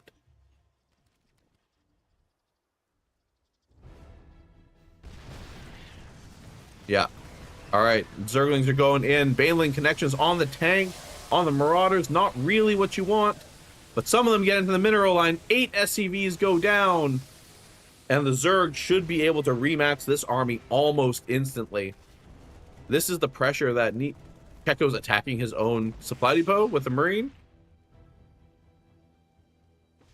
All right, there is a small Marauder drop in the top corner, but 12 SCVs going down for the side of Checo, losing a good chunk of his army, and I don't think he has the production just yet to max it out as fast as the Zerg does.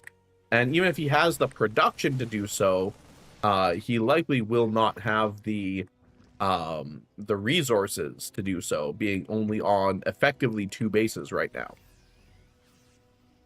But mules are pretty good. Oh, that was a Hydra remax. No wonder his bank disappeared. I think that Brog needs to max out now just on like Zerg Bane. Play like Ling Bane Hydra. Sorry, not Zerg Bane, Ling Bane. And that would be huge. The benefit of playing Lings is that they are so cheap. They don't trade cost effectively, and Banelings especially do not trade cost effectively, but they are so cheap. Oh no.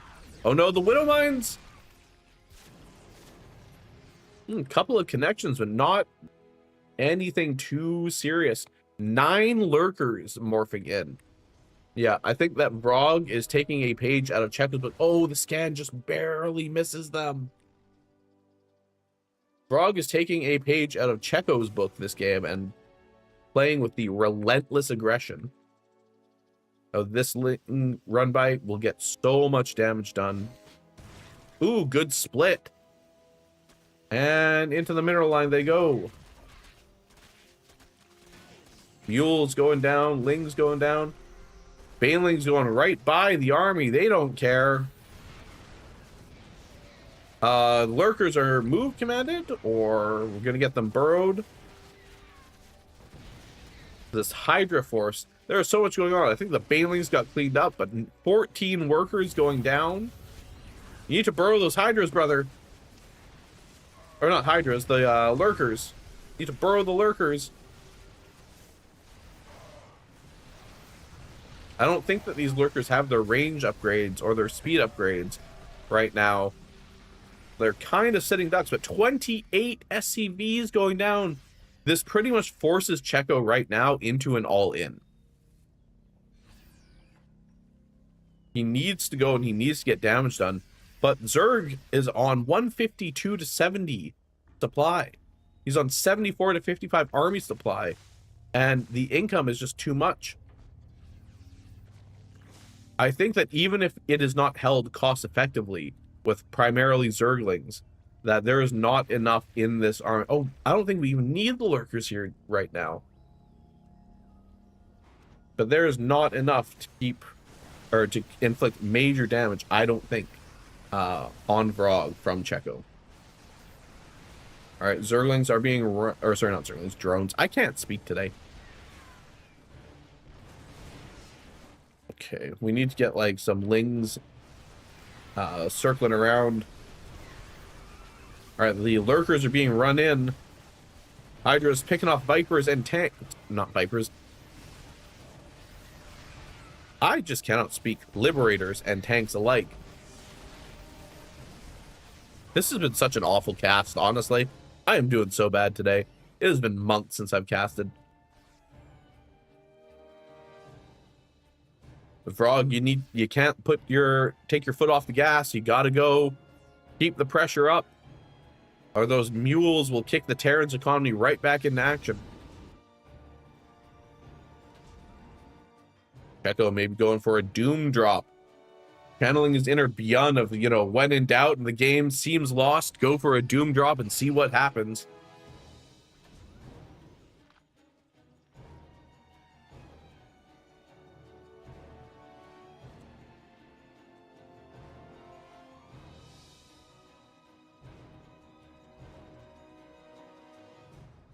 Do we have, it just says burrow. It doesn't say what about the other upgrades for lurkers.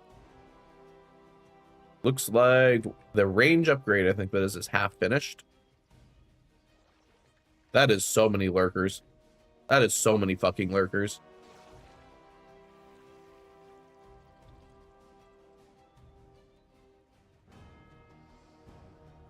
Yeah, losses. Checo has been trading way more cost effectively than Vrog has, but the eco has been so much better on the side of Vrog that he is willing to take those losses for the most part. This is why I'm saying, though, that Vrog does need to kind of keep his foot on the gas, because if he gives Checo a chance to mine up, to reinforce, to rebuild his army, you know, to spread out, get more bases, going to make it very difficult to close this out.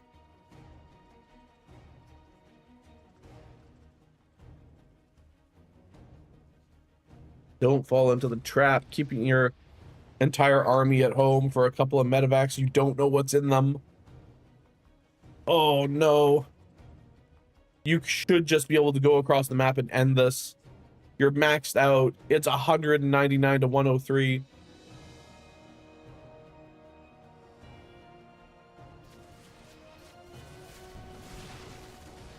Burrow the lurkers, burrow the lurkers, burrow the lurkers, burrow the lurkers.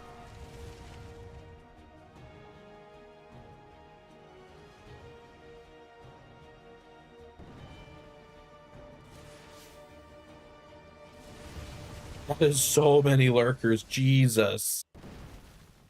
Yeah, and now you just leapfrog them. You slowly move up over time. Their range should be basically equal to tanks with the range upgrade that I think, yeah, it's done. Here come the Lings and Banes from behind. And we just leapfrog. You do need to take out those Liberators. Oof. The army's getting absolutely massacred. And Checo calls GG. We have a series on our hands.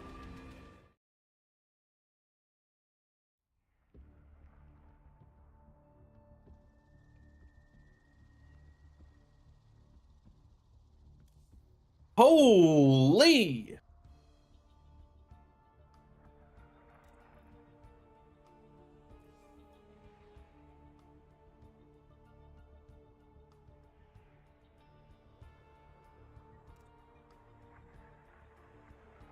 That was a game. That was an exciting fucking game.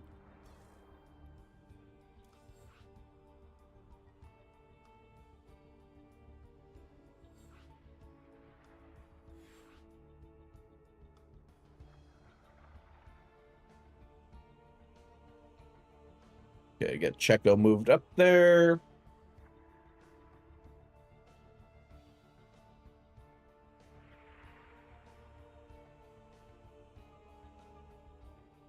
Go from Vrog, go from Checo. All right, let's get into game 3. I bet Vrog is riding very high off that momentum.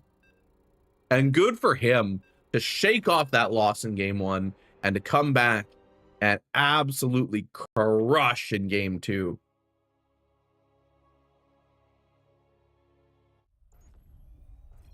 All right.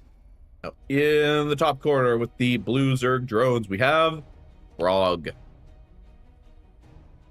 And the bottom corner with the red Terran SCVs, we have Checo. All right. So, Vrog shook off game 1, came roaring right back to beat Checo. Kept on some relentless aggression, didn't let him expand, didn't let him get set up. and kept him really on his heels, I felt, for most, if not all, of that game.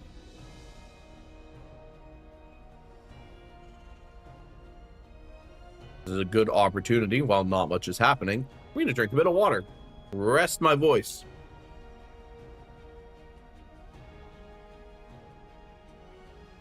All right.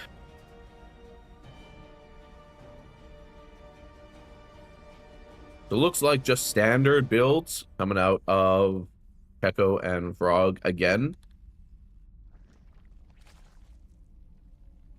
Yes. I imagine we'll see a pool. Yep, there's the pool. Hatch gas pool, hatch gas pool. Supply depot.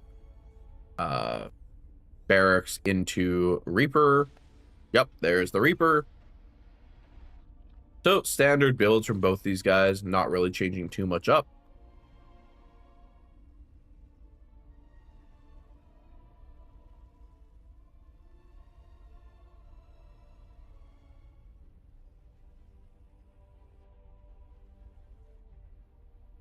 SCV Scout from Checo.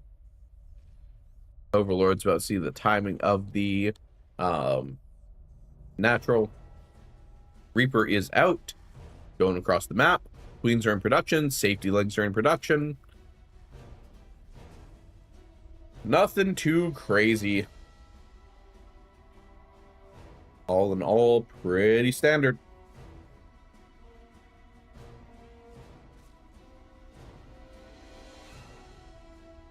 All right, Reaper is in, but the Queen is about to pop. Lings are there. We get the extractor. No drone kill today, Checo. Might get a Ling. Oh. 4, yeah. So far, good defense from Vrog. Oh, Checo gets one with the grenade. I think we're just sending the Lings across the map to try and get a little bit of damage done and defend with just the Queens. Interesting. But we didn't rally them to the base.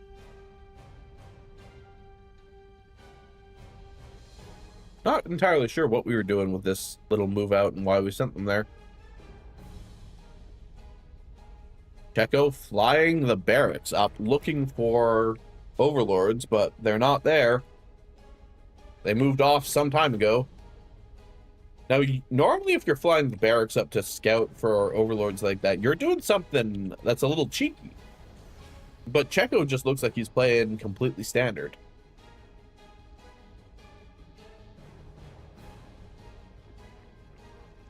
Oh, we did let these both finish.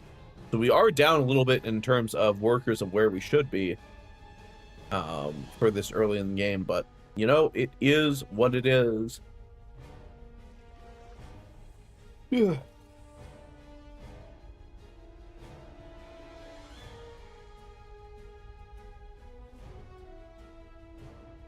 We got Lings that are running around in case the Reaper tries to jump back in. Now, Vrog is only on 2 bases right now. So, yeah, there it is. I was like, is this going to be 2-base Muta? And just before I could say it, there goes the Spire. Now, if I'm Checo, Vrog has played like 3-base, 4-base, whatever, pretty much every game. Also, if Vrog doesn't build more, and these Hellions just walk right in. Ooh, Hellbat push. This is actually going to be really hard to hold. There's no roaches. The Spire isn't done yet. The Queens block the entryway. Oh boy. Vrog is in a world of trouble. Went for a greedy 2-base Muta all in.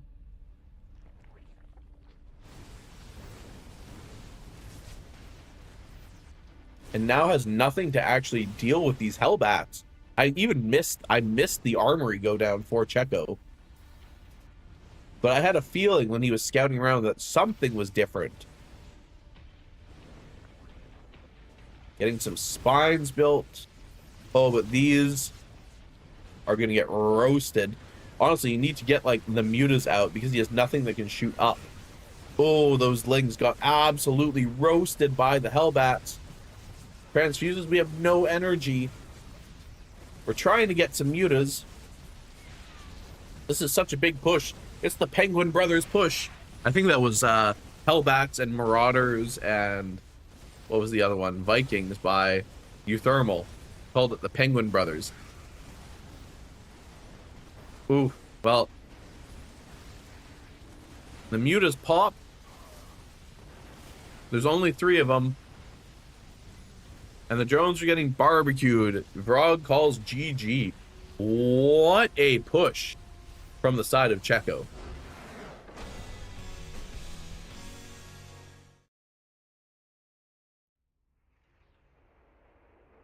Woo! What a game.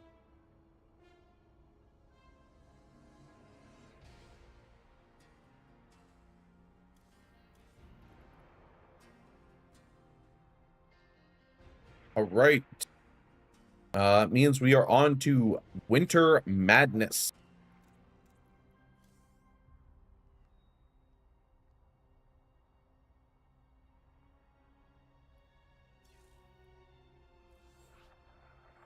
For game number 4.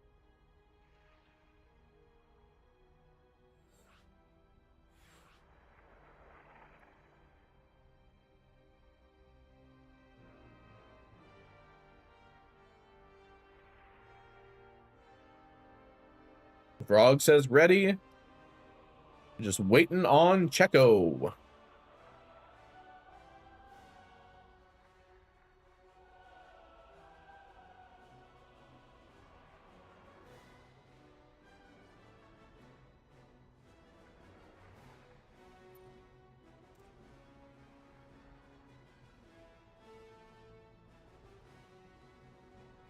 All right, Checo needs a minute.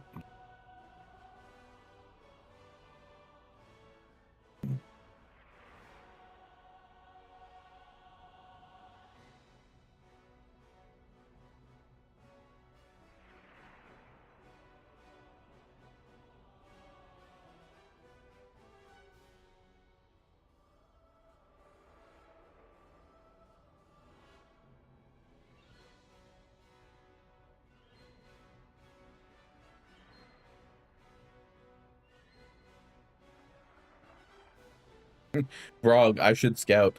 Yeah, you probably would have spotted it. You'd done a bit of scouting, but honestly, as an observer, I missed that the armory had gone down and that it was going to be Hellbats. So, but yeah, I'd probably feel the same way, honestly. Check the bracket. So no updated score yet from Coral Viper and Saito on the other side of the bracket. Got Vrog and Checo that are currently at 2-1 in favor of Checo. This is a best of 5, so this is potentially match, or well, this is match point for Checo.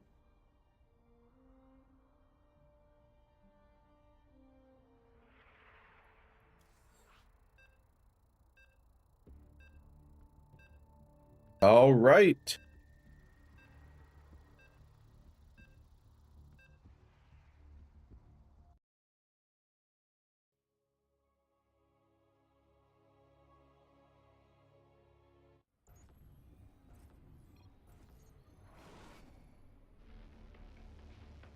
Alrighty, getting into game number 4 on Winter Madness LE. In the bottom corner, we have Frog with the blue Zerg drones. And in the top corner with the red Terran SUVs, we have Checo. I haven't had a chance to play on this map very much. I haven't been playing in this map pool very often. I've been pretty busy lately. But I fucking love the name Winter Madness. This is a Mars map, and that means that it's named after songs from Finnish metal bands. In this case, Winter Sun, one of my all-time favorites. Winter Madness was one of the songs off their opening, or off their first album. Phenomenal track.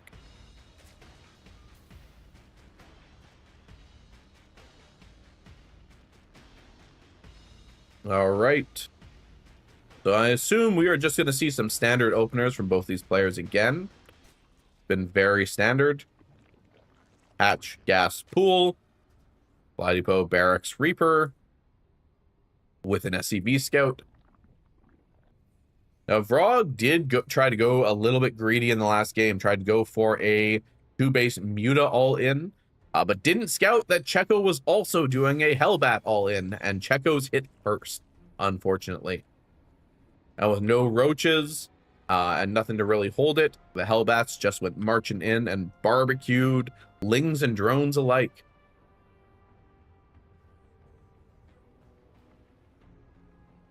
All right.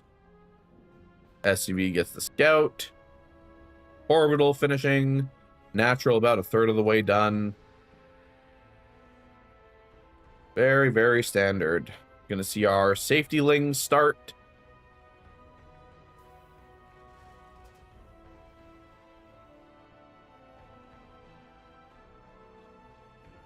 Reaper going across. Got our nice ALT logo there in the middle of the map.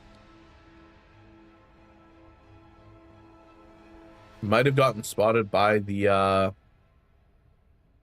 Overlord. Oh, this one should certainly spot him. Gonna jump up into the Zerglings. Queens are about to finish. Uh-oh. Drone about to get picked off, apparently.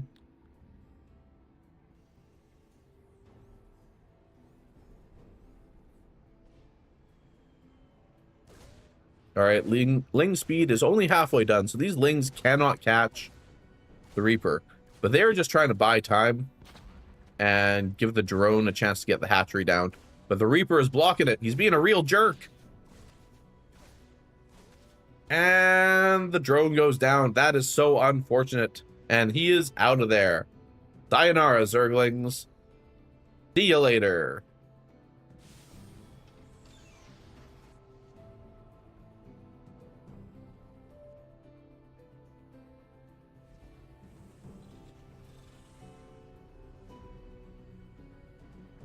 All right, taking the rest of our gases in the main for Vrog.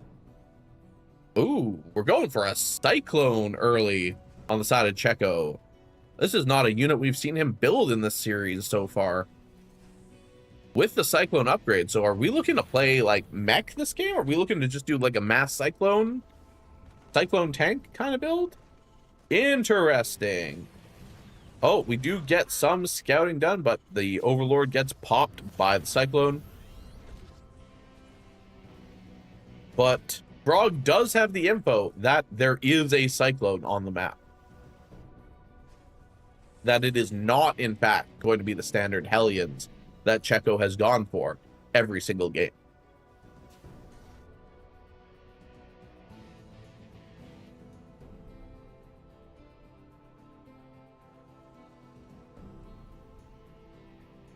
How will Vrog respond? So we've got roaches already on the production tab. Haven't seen him make roaches, I think, so far in this series. It has been mostly Lingbane. Lingbane Hydra. Reaper is going out for more scouting. Speedlings do find the Reaper. All right, we're gonna nom him. All right, Reaper goes down. Checo slowly building his wall of depots across the natural.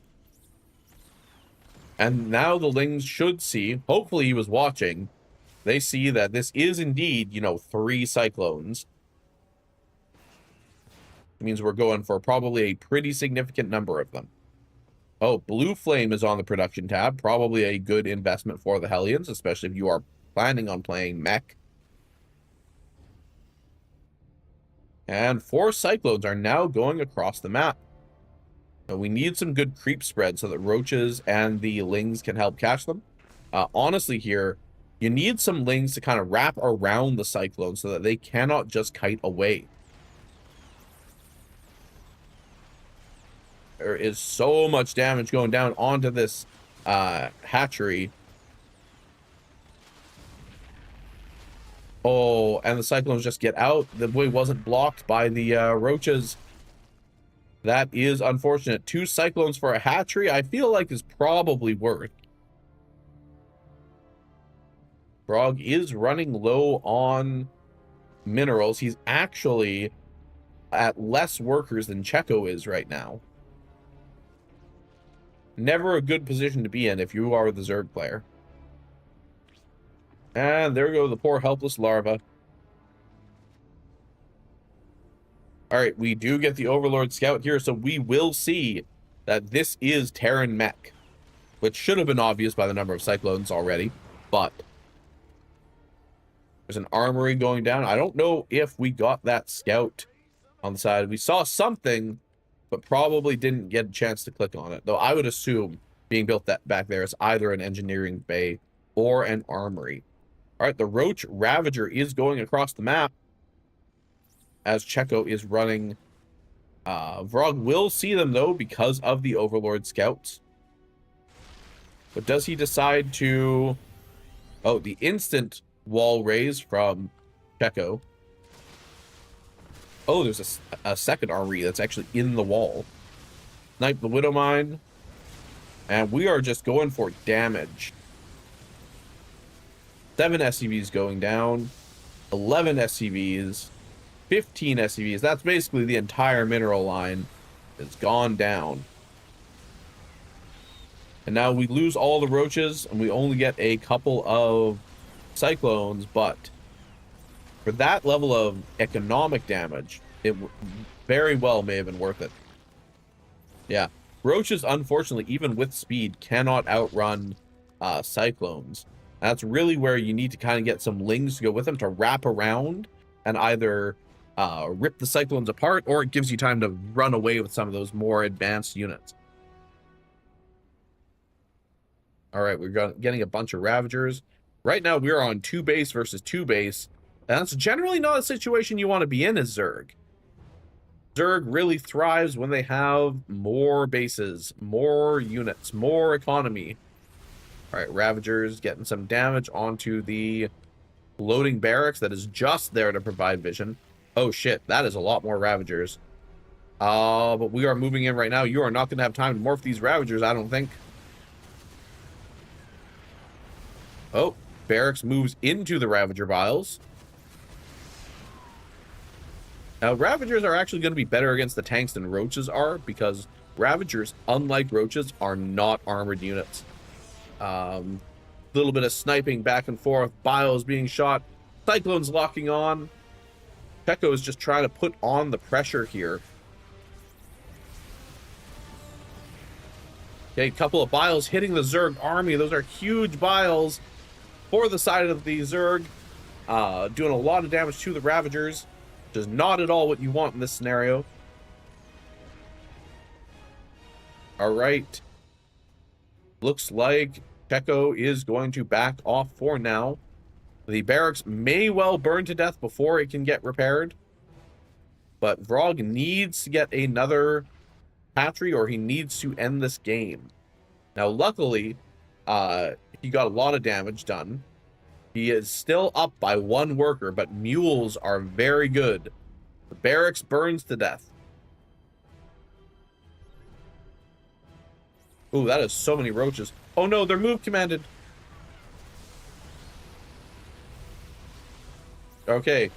Cyclones going down. They ran face first into a roach army, and while the roaches were move commanded and did not have the ability, and were not hitting when they ran face first into these Cyclones, it looks like Vrog is going to march right into Checo's base. And he's not going for minerals now. He's going straight for the production. Okay, the wall falls. The boys are pulled as the Cyclones pop. We need to move and target fire. 16 SCVs going down. 17. 21. And there's 1 Cyclone left in the main base, as a Liberator is about to pop, but I think that Liberator is not going to be enough.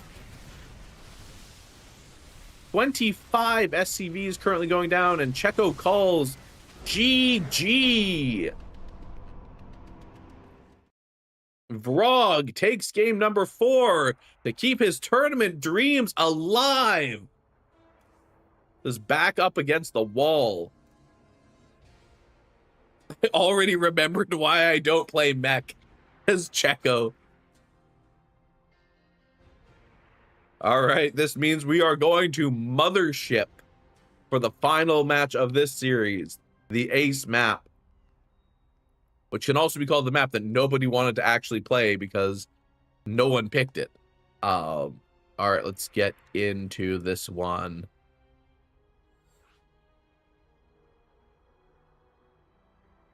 And I know Checo hates this map, but I don't think Vrog likes it particularly much either.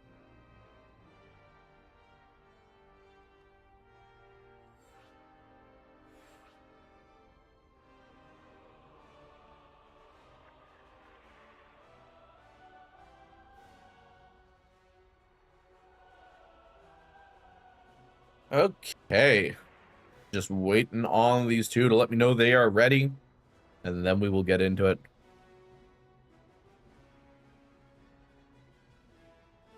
Still no word on Saito and Coral Viper on the other side of the map. They have not updated their standings.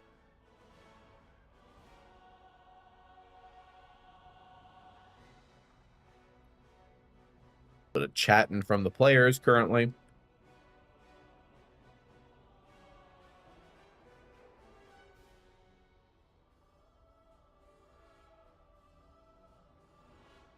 I think I lacked shields. Cyclones moved away.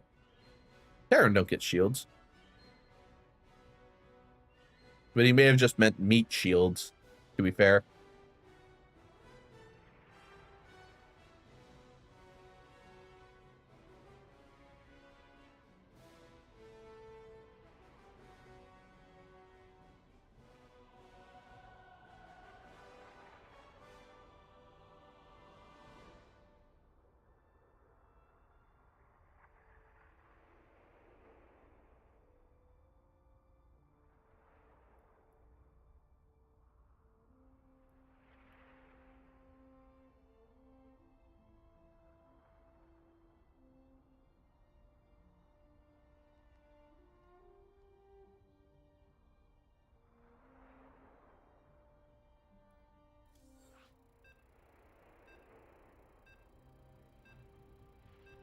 All right, this is the final map for this series, and then we have a best of 7 in the finals.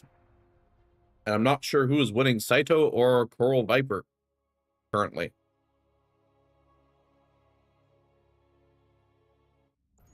Oop. All right. In game number 5, this final game, match point of this best of 5 series with the blue Zerg drones, we have Vrog. And in the other corner, the red Terran SUVs, we have Checo. I know neither of them likes this map. They just didn't have the vetoes to not play it, and they forgot that it was in the map pool, I guess, or had other maps that they disliked more. So immediately Checo going for the scout. Vrog doing a drone scout and a overlord scout. With this being a 3-player map, there's one of 3 places that you could be. And you don't know, unlike the 2-player maps, where your opponent is going to start. All right, Vrog found Checo right away. And Checo did not find Vrog, but that means he knows exactly where Vrog is. And because it's not like this is an Adept or a Reaper going across, he will just be able to send his Reaper to Vrog's base on spawn. 3-player maps can be a little bit chaotic at times.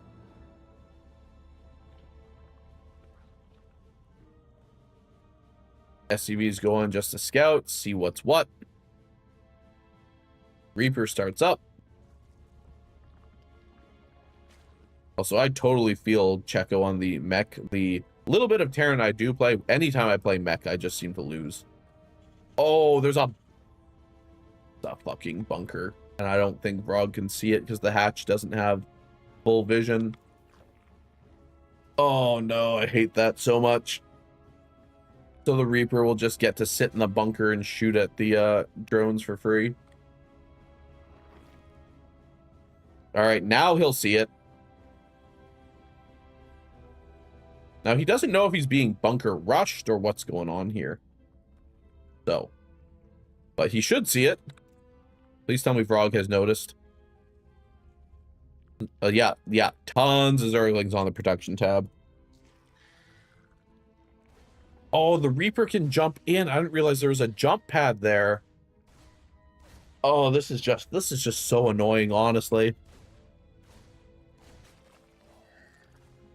Every time I see stuff like this, and I've had stuff like this done to me as a Protoss player, and every time it is so annoying. Need to hit the SCV, or just not get hit. Okay. Now, Checo is still macroing at home, but there are a whole bunch of Zerglings and not a whole lot at home to stop them. We have decided to forsake our own base and to go for Checos instead, which I actually think is a good strategy. Get the one Marine that was there, kill an SCV.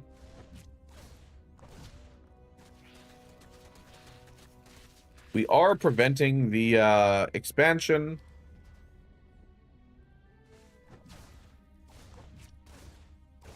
And honestly, all Checo's really doing with this is he is slowing down the economy a little bit, not getting any actual damage other than forcing out a spine.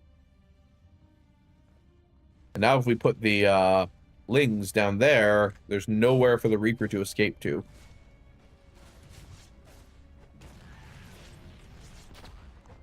Oh, we're going further in with the Reaper. Oh, get sniped by the spine. Well, technically that's 2 worker kills for Vrog, so you have metabolic boost completed now.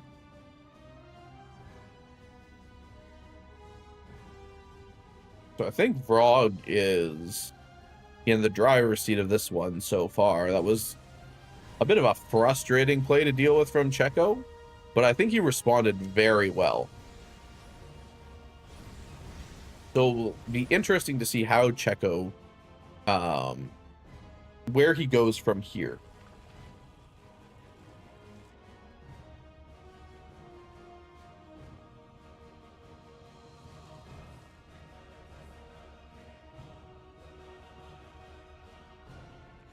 Okay, so we have the Hellions looking to try and get some damage done across the map, but with a couple of Queens, some Speedlings, a Spine Crawler, I don't think they're going to be able to get too much. The Zergling should be able to wrap around them. Or just straight up deflect. Alright, they are trying to focus down the Queen at the 3rd.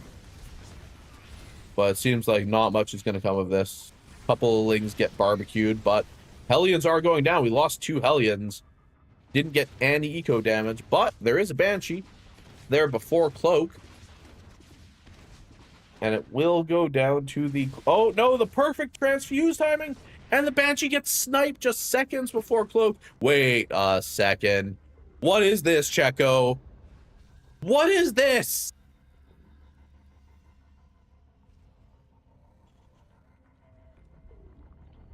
I hope that some Spore Crawlers get built in the bases of Vrog because he saw the Banshee. Or when this battle's cruiser pops. Oh my god.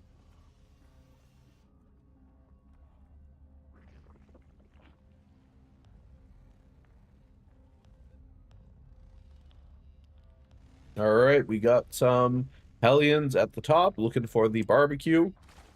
You have some Spore Crawlers building.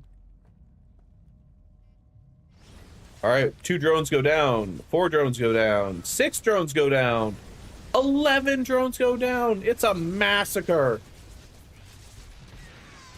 Massacre, bloodbath, carnage, butchery. 13 drones in total go down to that Hellion run by. That fucking hurts. Now, that being said, Vrog is still up 11 workers, sorry, almost 20 workers now to Checo.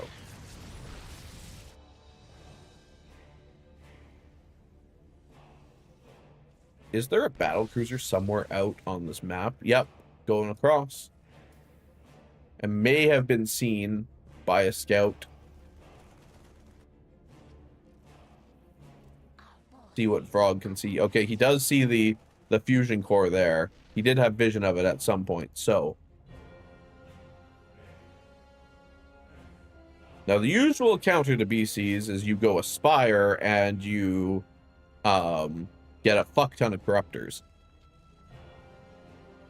Hydra's not a good counter to BCs. Hydras get barbecued by BCs, generally.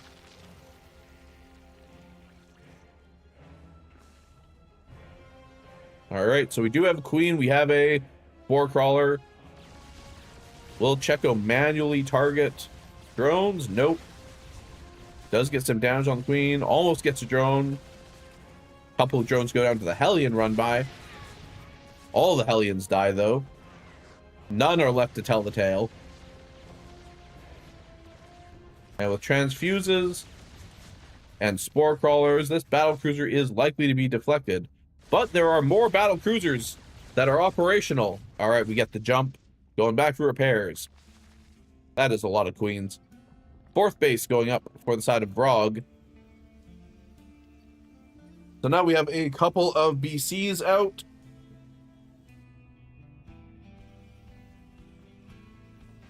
But where do we go from here, Checo? You did get some significant damage done with the Hellions initially. But it was kind of deflected. It wasn't really enough, and now you're down 20 workers. And the swarm is coming, and you don't have tanks. Now, these BCs, theoretically, nothing really here can shoot up. The BCs, theoretically, will be enough for Checo to stay alive, especially since there's no Corruptors, no Hydras, no nothing currently in the army. But this is not a strong composition. This is 38 army supply of Terran mech units, most of which is going to be BCs. Oh, that was a really good pullback by Checo. A really good split off of those Banes to force Checo to pull back. Uh-oh. Found you. All right, Zergling's getting barbecued left and right, but they've decided to ignore the army and see if they can get in. Oh, there's a gap! No way, there's a gap! Oh, that is so painful. 9 SCVs go down. Maybe more. 15 SCVs go down when Checo was already down 20 workers. This is honestly putting him in all-in territory right now. But we do have Corruptors on the field. Vrog has 9 Corruptors, but you can't go too heavily into Corruptors here. They're not the only threat. The BCs, I mean. There we go. 20 Lings coming out. 20 Lings should be enough to wrap around and kill most of that ground army. This army is just so small from the side in terms of like actual units, in terms of and what it can do for Checo. Like, BCs are huge, don't get me wrong, but I'm really worried that this army is going to get caught out, and that's basically just going to be GG. Oh, that is so many Corruptors. Okay, we lost the command on the Corruptors there. 1 BC goes down, 2 BCs go down, and they don't have tactical jump. I don't really know what that jump was. I think that was a misclick from Checo. Maybe he meant to do Yamato cannons, or he was trying to jump in that last BC from home, because there were only 3 that went across. There was a 4th one, I think, at home. We need more Lings or like something here, Frog. Also, according to Loco TV, if you use XD in anything, you are confirmed to be over the age of 30. I don't make the rules, but that is definitely a millennial thing to use.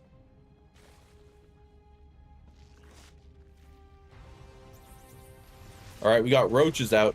Honestly, I feel like lings are better at wrapping around, especially because roach speed is not even done here. And they're cheaper. But now, if Vrog can stop Checo's expansions here, like he has done so much damage to Checo. If he can stop the expansions, I don't know if he even realizes that these expansions are happening or what. But he has gotten so much damage done that if he just goes across and kills like these expansions, keep Checo on 2 bases like he did back in game 2 when he won. Like this should just be a done deal of a game. He cannot let these bases get up and running.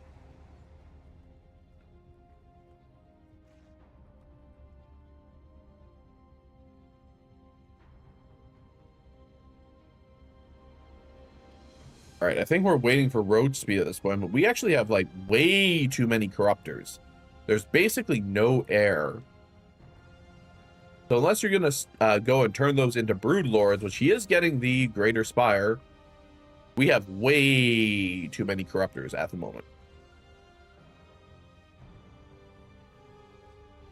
Or you just like put the corruptors around the map and get them to just like randomly start peeing on the structures with that caustic spittle or whatever it is they do. All right, we've got a fight though. The roaches are going in. The cyclones are kiting back. A couple of cyclones go down, a couple of roaches go down, and both sides kind of part amicably, deciding they don't want to fight this to the very death. Oh man, like Vrog is up 20 workers still on Checo, but Checo took so much worker damage. All right, holy, we're morphing all the corruptors into broods. You might need a couple of them still, but fuck, that is a lot of broods. 12 brood lords.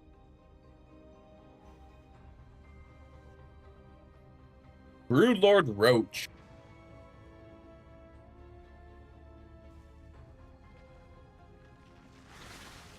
Get a couple more. You need some anti-air just to protect those brood lords though.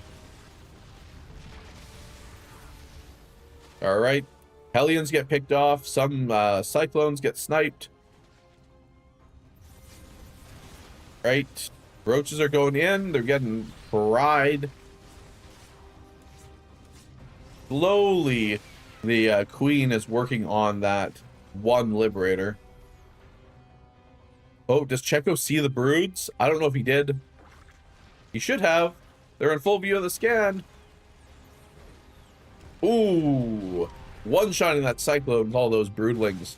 Now, I think they did nerf the broodling duration, if I'm not mistaken, because they were a little bit ridiculous, but looks like we're going into Skyzerg here. Scourge? I still have nightmares from Brood War of Scourge flying into my carriers. All right, Checo needs to be like, okay, he's going for Thors. Vikings, also good against Broodlords. If you have the resources, which I think he's got a couple, I would just start pumping out a couple of Vikings too. Just anything you can get to try and deal with these Broodlords. Oh no, the army is split. They're misrallied. Tanks are getting picked off by Broodlings. This is very unfortunate.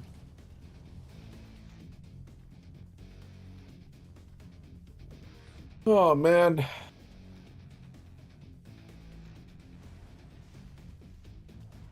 Thors are coming out with their long-range cannons. It might seem counterintuitive, but Zerglings, tiny little Zerglings, are incredible against Thors. Because Thors, yes, they one-shot them, but they can only do single target damage. Alright, the Broodlings are moving in. The Thors are shooting them, but I think the Thors are on the splash damage. They're not on the long range. And you're supposed to use the long range cannons to counter Broodlords. Tanks going down. Cyclones are all dead. Thors are down. The last couple Hellions trying to escape, but more Thors are here. Can they hold? Oh, but we are actually killing the production in the main right now with the Broodlords. While more Thors try to deal with the Broodlords at the front. Oh, that is just such a huge wave of Broodlings. It just destroys those Thors. All right, Checo calls GG. And Vrog takes the series 3-2.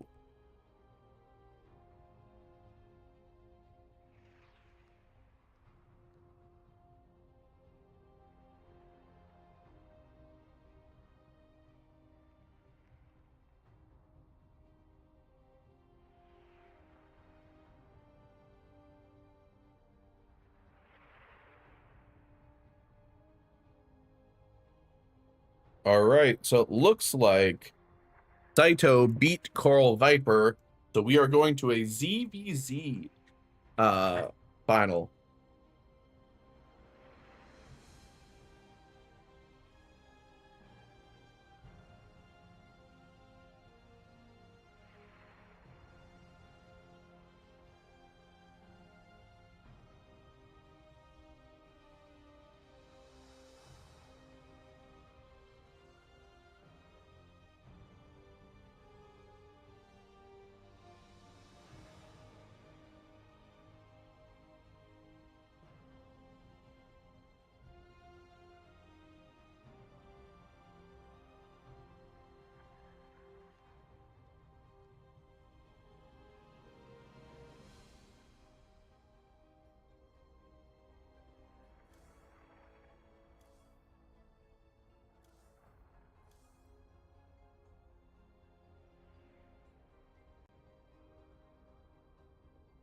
New follower alert.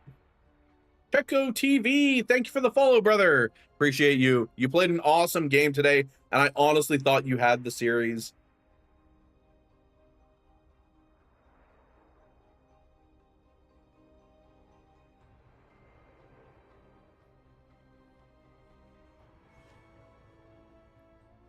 All right, let's see if Saito...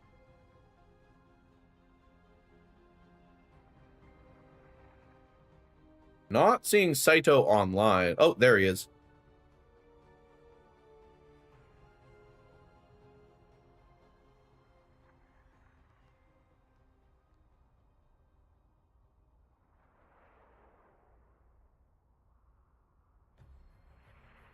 All right, someone needs to update the series there between Checo and Vrog in the bracket.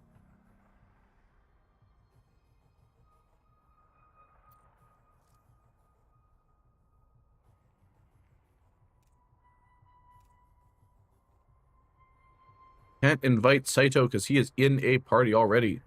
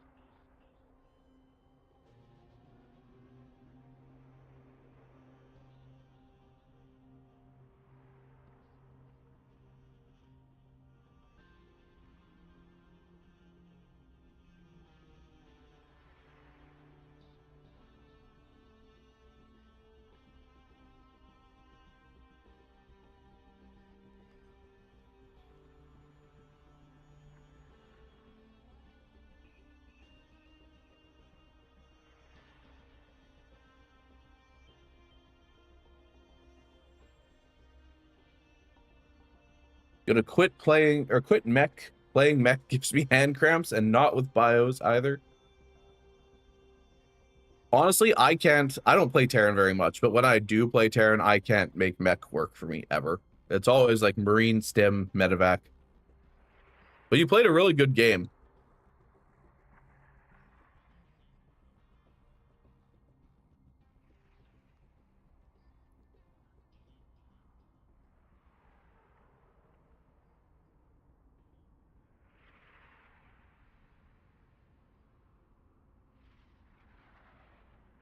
Kind of curious how Saito's previous games went. Do we have a match history? We were on Winter, Madness, Taito, Ruby, and Old Republic. Oh, nope, those... Did he not play against Coral? Or there's just no match history? Maybe they played on EU. Or a different server. I don't know.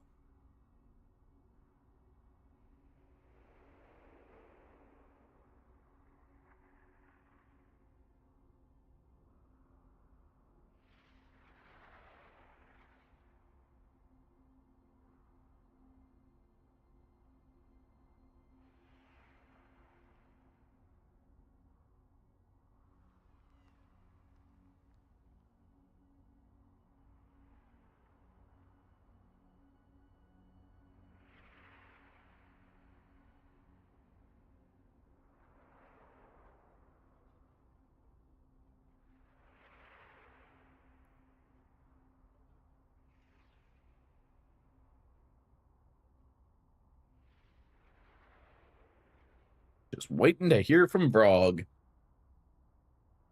But that's fine.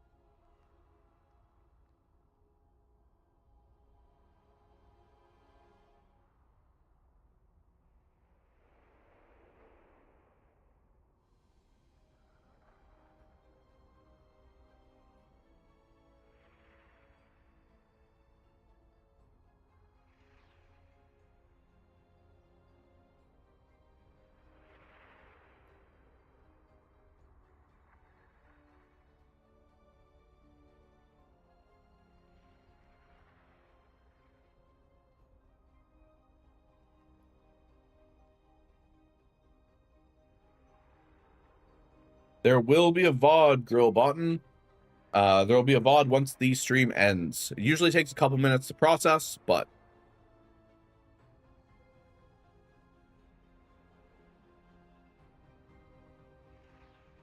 we all hate ZVZ. Truer words were never spoken. I absolutely hate playing ZVZ. It is the worst. Actually, no, sorry. I hate PvP more. But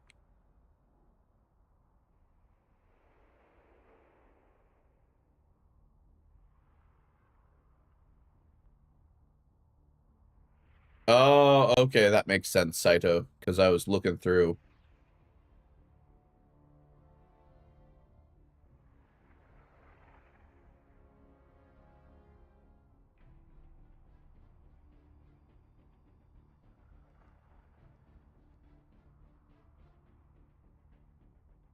Also, I didn't see it because I was focused on the cast, but I see Grill Button there with the I'm here lurking. Thank you. I always appreciate the interaction.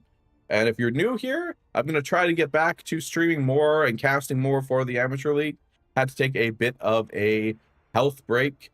I've been sick for a while and just very busy with work, but I'm hoping to get back to it more often.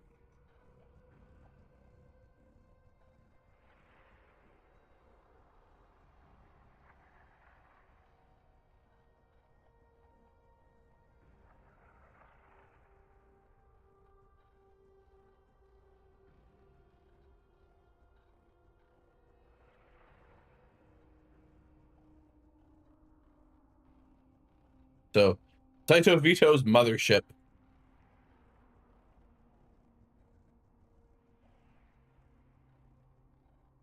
And White Rabbit for Vrog. All right, so what will our first map be?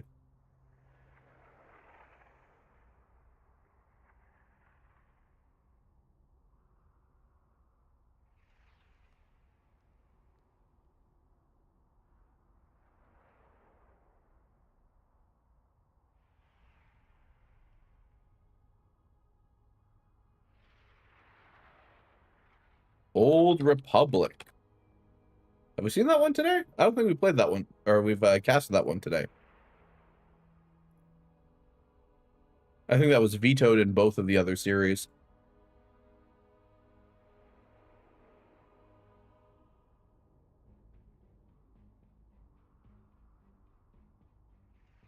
Show me Celestial Enclave. I'd like to cast that one. That one would be fun.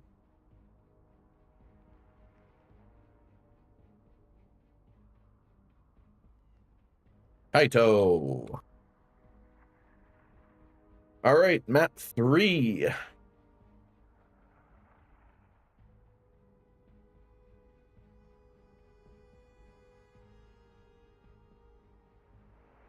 Tourmaline. Map 4.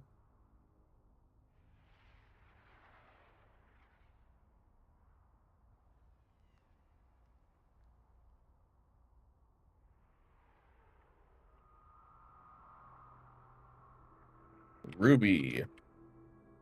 Map 5. We have 10,000 Celestial and Winter Madness left.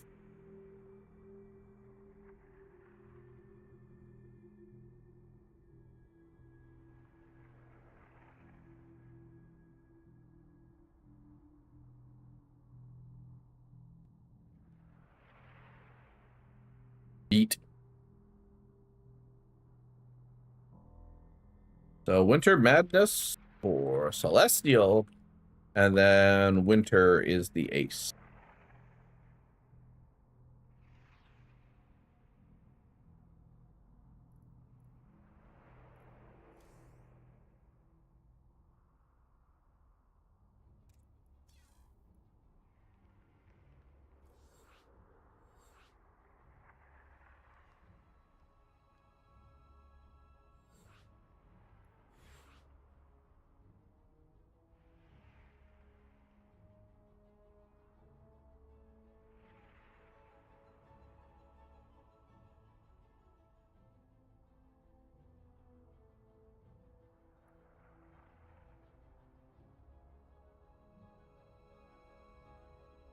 RUNA Vrog. Oh, right. I think Saito is from Asia. I want to say Vietnam, but I'm not 100% confident on that.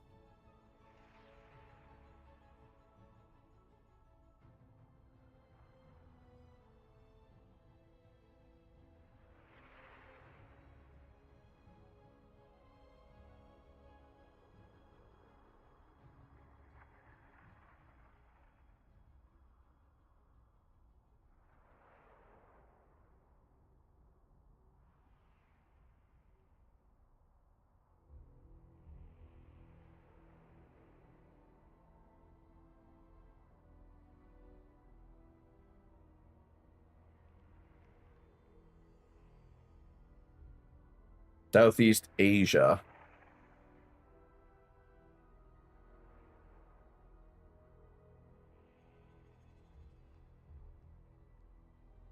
Oof, that is going to be some awful ping for both players.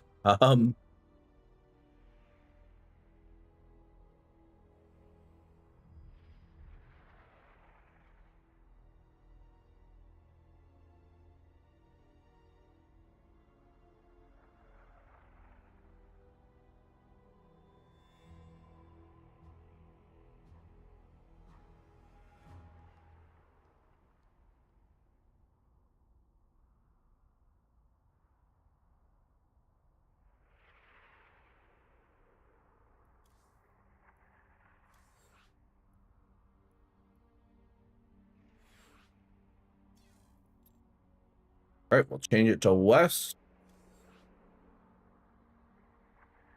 Since Saito, or sorry, since Vrog okayed it.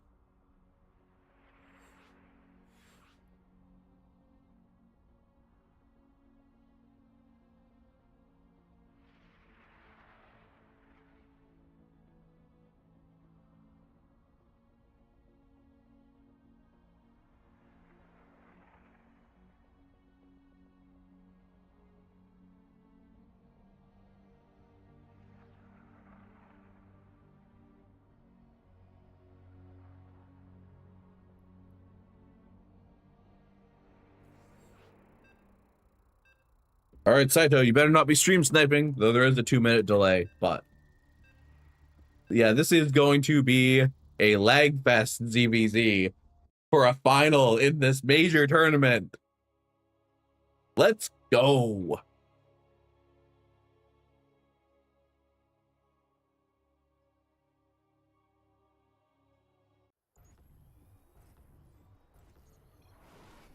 All right, in the bottom corner of Old Republic LE with the green Zerg drones, we have Saito. And in the top corner with the red Zerg drones, we have Vrog. Now, this is going to be great. It's going to be a lag fest game for these two players playing from EU and Southeast Asia. And that always makes a huge difference in ZVZ.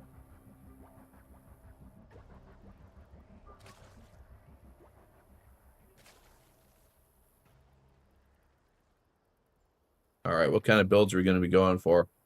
Patches go down at almost the same time, a little bit faster for Saito. Maybe a little bit of ping advantage there. And when I say that, I'm kidding. I'm kidding.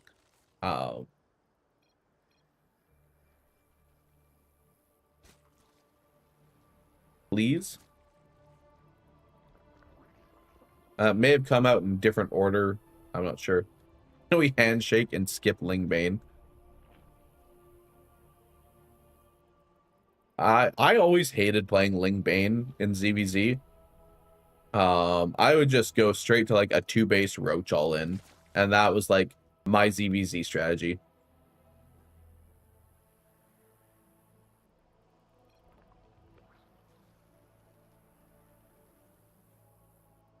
So far, everything is just normal from these two. There's not really a whole lot to say. The Overlord scouts are going across.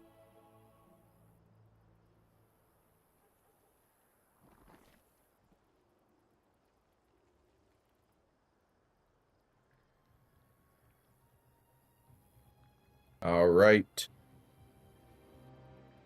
Queen's coming up.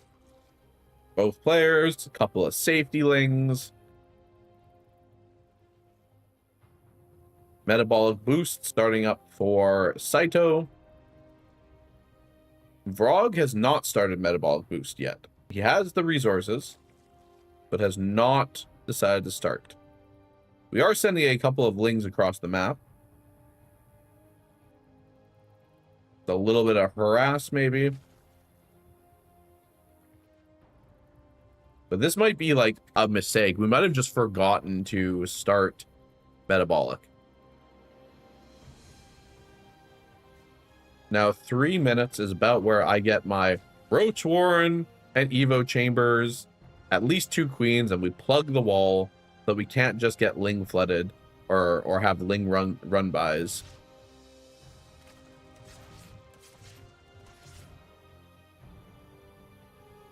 Okay, so we do get a scout off for Saito, who has gone for a 3rd base.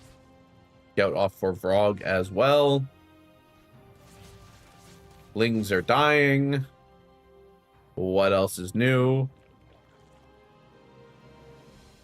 Baneling Nest goes down, and there it is. Roach Warren and Evo Chamber Wall. But you need that queen in the wall. You need that queen in the wall. No, the lings are in. That queen is dead now. There's no troops. And if Saito wanted to, he can just flood across with Lings now. Oh, yikes. This is so many drones going down. 5 drones go down. Protect the queen. Roaches do start up.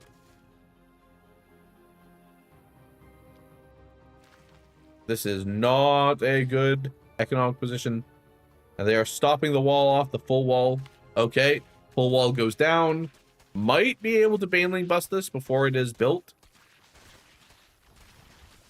But there are the roaches. So Saito sees the timing on the roaches. And the roaches don't care about those Banelings.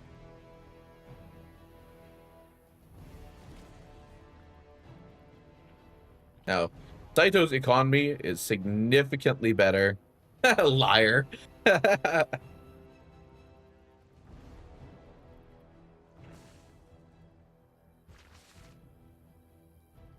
Saito did not, in fact, skip the Ling Bane shenanigans. All right, roaches are going across the map. Roach speed is only halfway done, but you need a queen in this wall. You can't just leave this open or the Ling run-bys are never going to stop.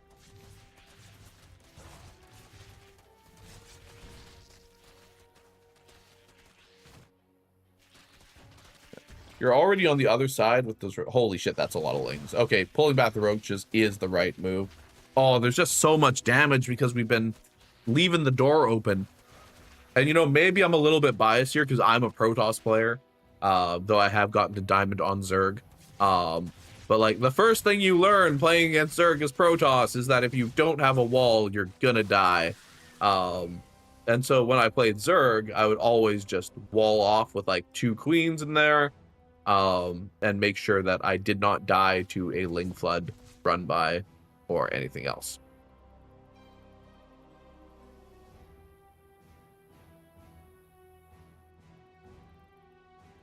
The wall is still open, though. Brother, please. Plug the hole in the wall.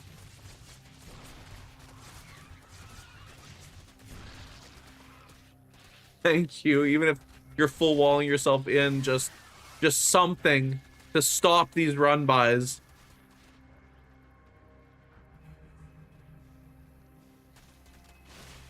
Oof, and now there's so many roaches up for the side of Saito.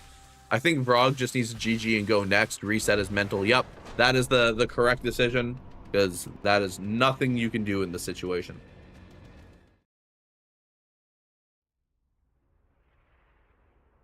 Man, Saito's APM is actually nuts. 232 APM. All right, map 2 is Taito.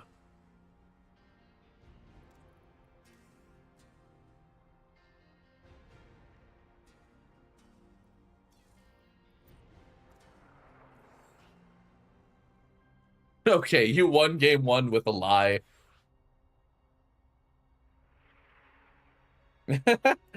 Sometimes in tournaments, it's about the mind games.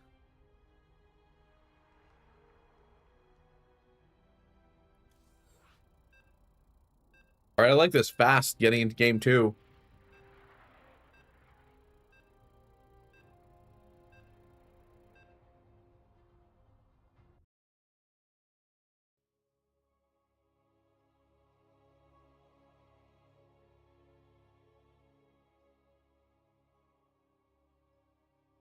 Map 2 on Taito.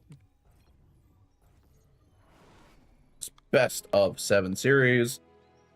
In the bottom corner with the green Zerg drones, we have Saito on Taito. And in the top corner with the red Zerg drones, we have Vrog. So we need something for Vrog to bounce back in this game. Now, he bounced back very well against Checo. He did an incredible job shaking off the game 1 loss and getting back into it. So I'm looking to see that same fighting spirit from him in game number 2 here.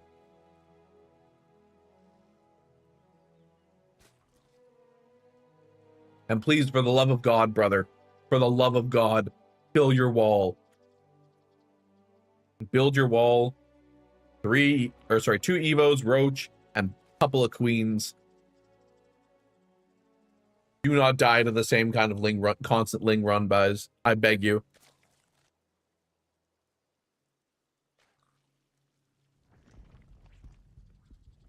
All right. Hatch gas pool. Hatch gas. Pool's a little delayed.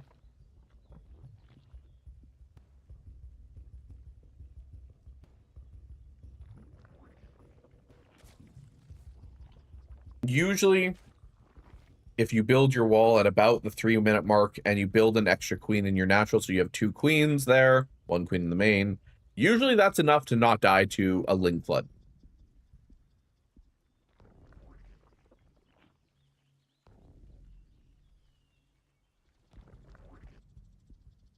You need to get up to 3 queens as soon as possible and get that wall built.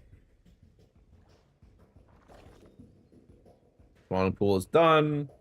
Spawning pool will also be done for Vrog in just a second. And Vrog could actually start Ling speed right now. Does not do so. I think if you're going to play 2 base Roach, you stay home, you stay defensive, then you build up a massive number of Roaches to go across with your Roach ball. Saito, on the other hand, looks like he's sending some scouting Lings out right away. This should get spotted by Vrog.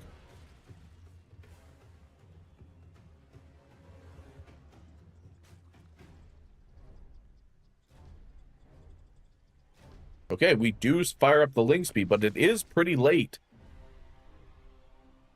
Like, I don't know that you want to be going across the map without Ling speed.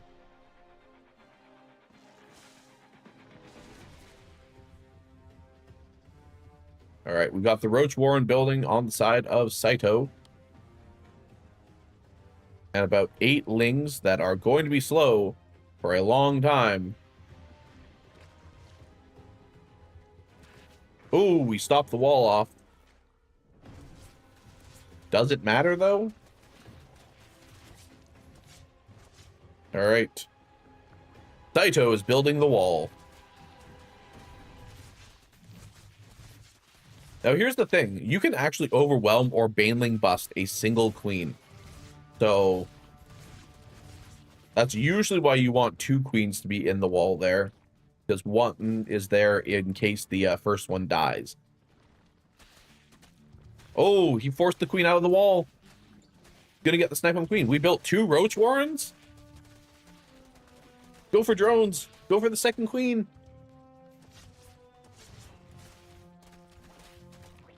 If you kill the queens, that cuts Zerg's larva production by so much. Actually huge. Oh, no. Okay, the queen does go down. Vrog gets a little bit of damage, gets a couple of queens, but can't really continue the aggression. He's not at this time. Now, at least if you use a spine crawler for a door instead of a queen, you can uproot and move the spine crawler.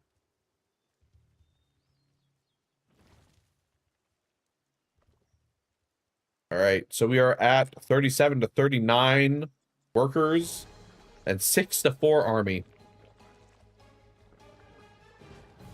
Spine crawler there, unfortunately, does nothing if you have that big hole in your wall.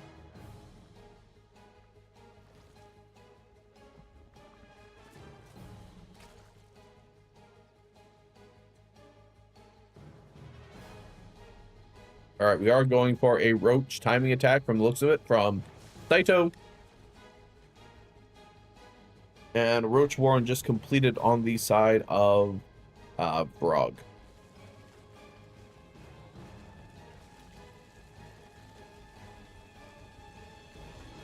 So far, this has been a much better game for Vrog. It seems like he has shaken off some of the first game, making some good plays.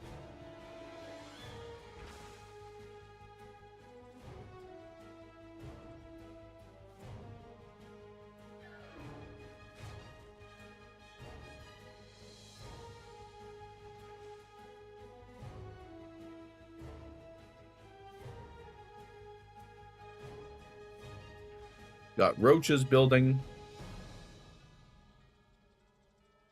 And what will be the answer on the other side of the map? Oh, drones going to start up a third base. encounter the scoutinglings, move back. But the Flippy Flappies have arrived. Looks like both sides have fires. Are going for Flippy Flappies? Or Flippy Flappies with a Roach follow-up. So honestly, you get in and snipe those queens and get a bunch of worker damage. You might just win the game off of this move right here in a ZVZ. Flippy Flappies get there first. 3 drones go down. Queen goes down. 4 drones, 5 drones. Oh, there's so much ricochet damage. 6 drones, 7 drones, 8 drones, 9 drones. Okay. We have more mutas on the side of Brog, and generally more mutas wins. But there is that queen down there as well. If we could focus our fire, that would be even better. But, you know, we still get a lot of damage. Now 2 mutas are chasing 2 mutas. Are we gonna go more mutas? Are we going to go more roaches? What are we going here? Now, the way muta balls work is whichever side has more mutas wins, but it doesn't have to be a lot of mutas. It's literally like if you have 1 more muta, you will win by like a lot, generally with a muta versus muta fight. All right, Brog is going and rebuilding his muta forest. He's expanding. He did get a ton of worker damage on Saito, but Saito is back up to 44 workers. He's ahead of Brog in workers. Trying to get some roaches into the base, it looks like. That's not going to work. Muta's sniping overlords, going around popping the balloons. All right, so we're looking like Muta Roachling is the strategy from Brog. Yeah. And if he focused fire a little more on these mutas, I think he would be winning these trades by a bit more, honestly. Got to be so careful. It's so easy to just fucking lose all your mutas, man. I generally hate playing mutas. Oh, pick off those drones. They're easy pickings. 3 drones go down. 4 drones go down. 6 drones go down. 8 drones go down. Couple more mutas fed to the meat grinder. GG called by Saito. And game 2 goes to Frog.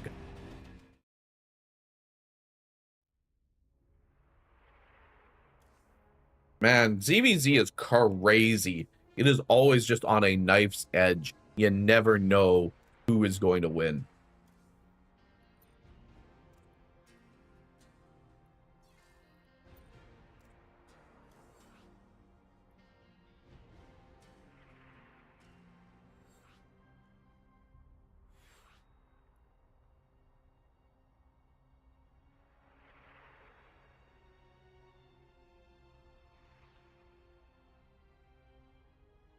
I hadn't noticed the supply block, but that actually makes a lot of sense.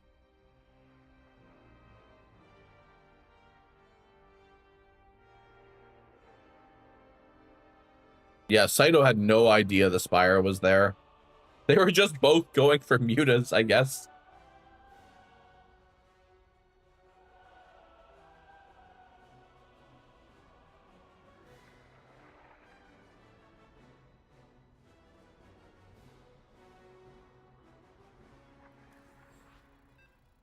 All right, quickly getting into game 3 on Tourmaline.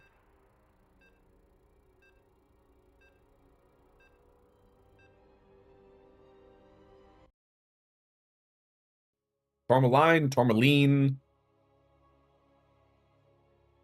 I don't know how to pronounce that.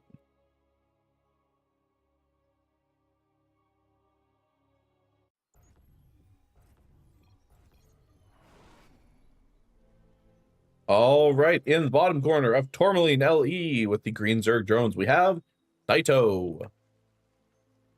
And in the top corner of Tourmaline with the red Zerg drones, we have Brog. Brog is very good at not getting tilted, honestly. Like, I would have been pretty tilted after that first game, but he came back, managed to get a win against Saito.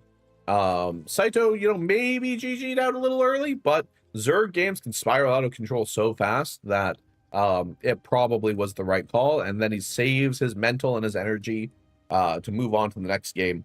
And sometimes that's just what you got to do. You got to save that mental and be prepared for the next one. Hatches go down at nearly the same instant.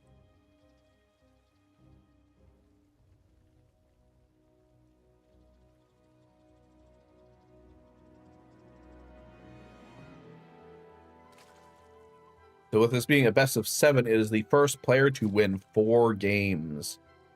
And will this go all the way to map 7, to Winter Madness, which is one of my favorite maps just from the name so far in this map pool.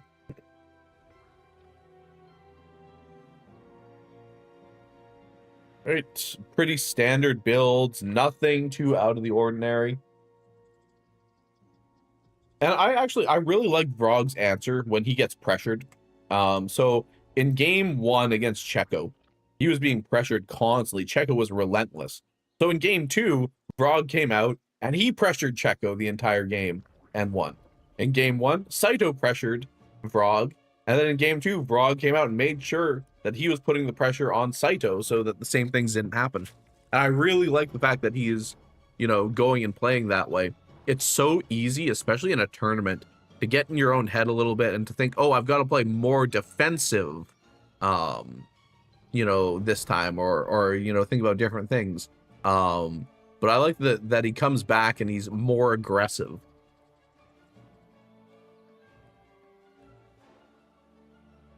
All right, what do we got going on? We got some safety lanes, got some queens. Oh, we got a much earlier than in the last couple games metabolic boost for Vrog. Their metabolic boost times will be almost the exact same. Are we just going for like a Ling Flood here, or are we just harassing a bit? Doing that cheeky little early game Ling bullshit that I hate playing ZVZ. All right, Saito's got really good scouting, so he will see the moment that Vrog goes for anything on the other side of the map. Wait, were Vrog's Zerglings targeting each other, or was there green Zerglings in there that I didn't quite catch? But the Roach Warren was about to go down and is now delayed on the side of Saito. All right, we are going for a Baneling nest from the side of Vrog. So we are looking to play the Ling Bane shenanigans that I think they said they didn't want to play before. And if you only have one queen in this wall and you aren't watching with transfuses or having it backed up by a second queen, a spine crawler, whatever, you can Baneling bust this queen very easily. So that is something to keep in mind. That's why I usually say you need 2 queens in the wall. And ideally, you want to start like pumping out roaches at this point too, if you're going for roach. But the Warren was delayed because of the Zerglings. Okay, so Vrog is looking to play Ling Bane this game. And that means he needs to get something done relatively quickly, or those roaches are going to start popping. Oh, but we do have the surprise Roach Warren.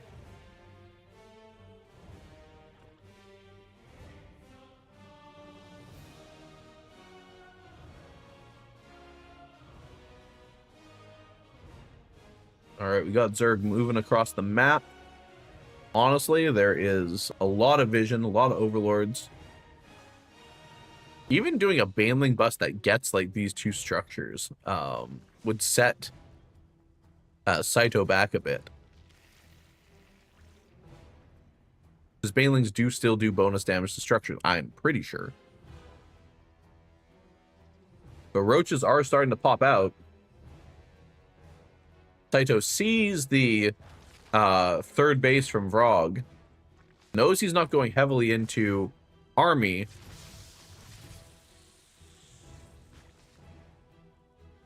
All right, so we just move off and away. See the roaches, we get a scout of what's going on. Saito hits a supply block. Now it's 26 to 18 army. Vrog does need to start pumping out roaches or more army. But Saito has a huge bank. He just hit a supply block and couldn't spend his money. currently Vrog is droning. Okay, 6 roaches just go on the production tab. We do get a couple of spine crawlers. I also don't think this is a wall. I think there's a gap there that lings can go through.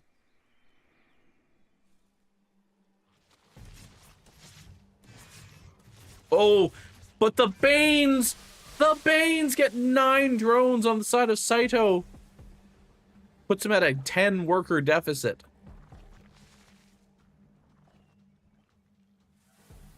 That was actually a huge run by.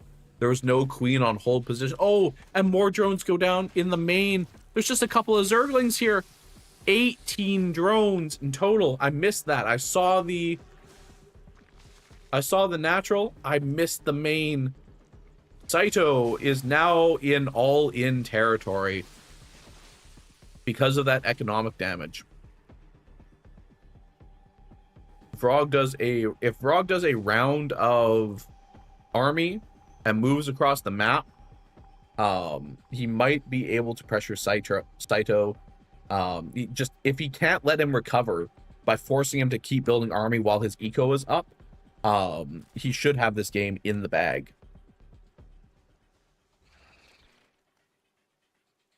Now it is 42 to 55 army supply in favor of Saito, but it is 47 to 36 workers. He's having to spend some of that cash to remake drones.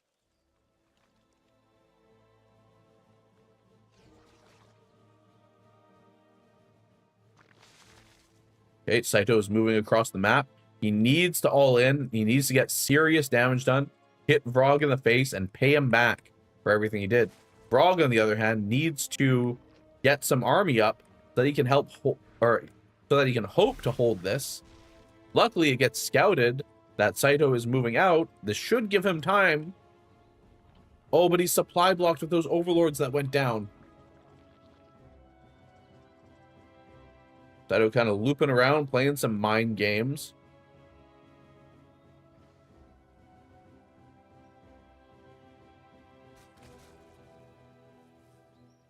Lurker Den and Hydras coming up for Vrog. Oh, one of the Biles connects with the Overseer. But yeah, we need to be getting more army here for the side of Vrog. Oh, and he moved commands right into the enemy roaches. 1-1 about to finish for Saito. 1-2 about to finish for... 1-1 about to finish for Vrog. 1-2 about to finish for Saito. All right. Saito has actually passed Vrog in economy now.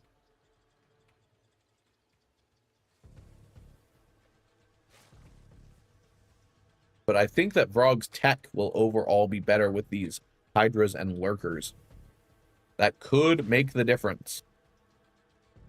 But I am watching the advantage Vrog gained starting to slip away if he doesn't take the driver's seat of this game.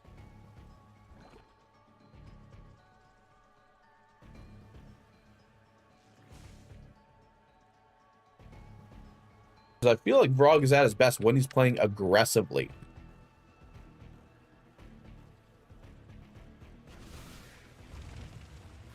Wait, did Saito just bile his own overlord thinking it was the enemies?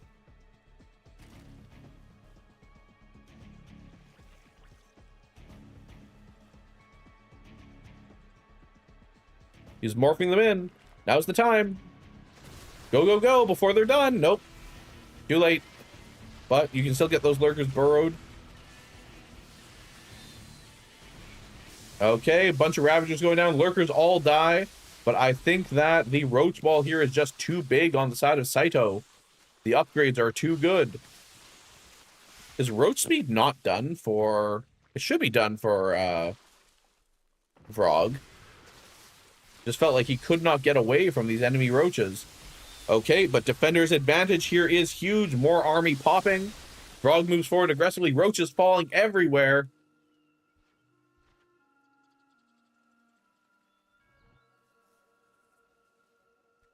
All right, we need to start looking at... Oh, there's more combat. It's not done yet. Saito maybe miscommanding his roaches. A whole bunch get picked off. You're now at 94 to 54 army supply. The Roach Ball on the side of Vrog is huge. but it is so easy for these moments to turn. Oh no, you see this, right? There's no way you can't see that. As you move command past the entire army and the morphing in Ravagers. All right. But Vrog's Roach Ball is bigger. Now, maybe if we get some big biles here. Most of the biles, unfortunately, do not connect. Now, Roaches are surrounding the Ravagers. Ravagers going down. 1, 2, 3, 4, 5 Ravagers going down. And Vrog, he sees victory. He's moving forward aggressively, but do be aware of Defender's advantage. His reinforcements will pop more quickly than yours, but if you can get enough damage done, it does not matter. Queen distracts the army, splits it apart. Hydra's getting picked off by Roaches. Couple more Lurkers show up to the fight. Make sure those get burrowed, my friend. Lurker Spines, tearing those Roaches apart.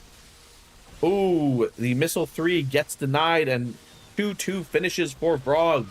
The Roaches are now on even footing. Actually, Saito only has +1 armor, so Vrog's upgrades are now better than Saito's. Roach is dying everywhere. Roach Warren about to get picked off. I don't think that there is any way that Saito can hold this, and he GG's out. 2-1, Vrog.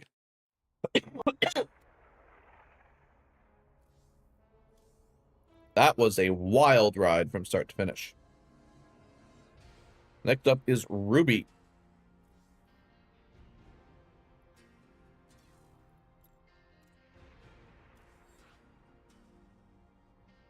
Ruby Rock.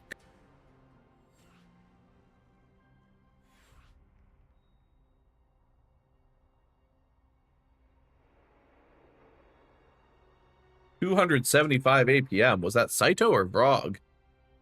That's crazy. Saito, 257 APM. Jesus.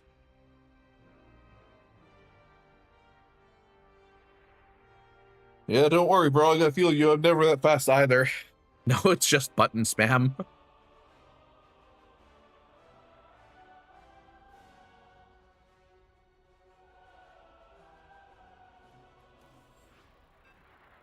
All right, here we are into game 4. Will we see a bounce back from Saito? Will Vrog move on to match point?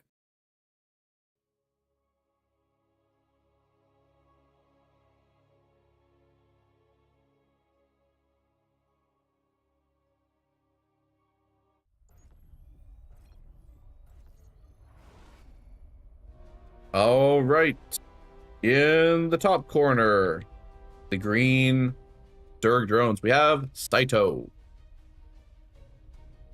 And in the bottom corner with the red Zerg drones, we have Vrog. All right, so Vrog bounced back. He is now 2-1 against Saito. I shouldn't say bounce back. He's been in the driver's seat for the last 2 games.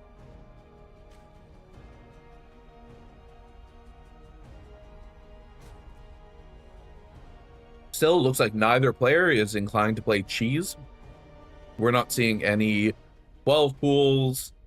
Everything is all standard timings, no proxy hatches. Nothing too crazy. All right. Hatcheries going down at the normal time. Saito was a little bit ahead of Vrog in terms of his hatcheries this game. There's really nothing else for me to talk about this early in the game. Gases go down at the expected time. Pool's about to go down for both players.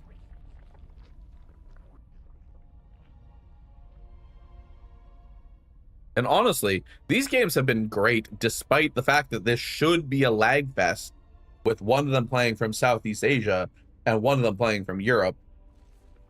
Maybe it's just that it's even amounts of lag to both players.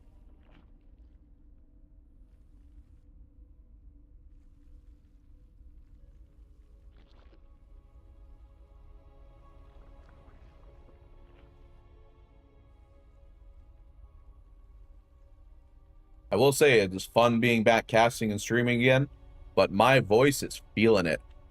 I'm not used to talking this much. All right, queens, overlords, scouting.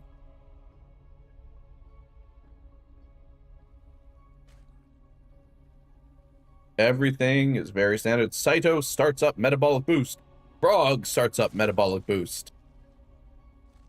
Both sets of lings popping. Got 6 to 7 army supply, apparently. I think Vrog maybe has like an extra ling in production somewhere.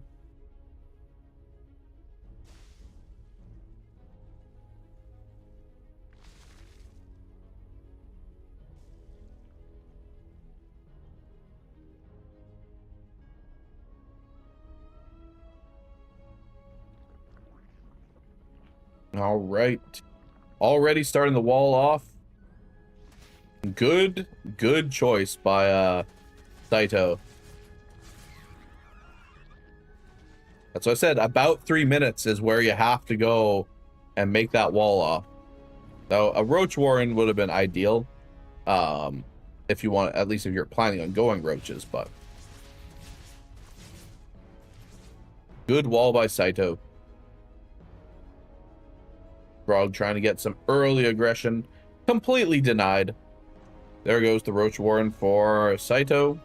Metabolic boost finishes for both players.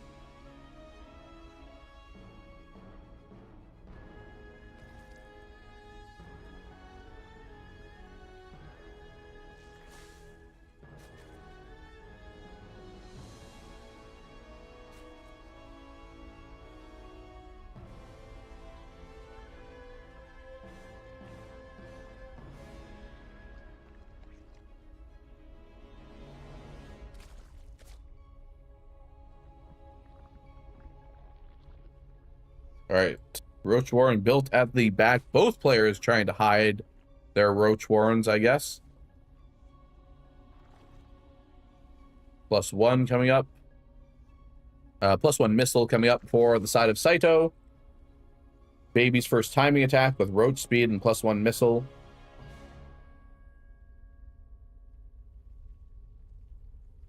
Now, unless Vrog gets an Overlord into Saito's base, or unless he sees the roaches pop, he'll probably have no idea like what this could be. Like, this is a wall, you can't get in.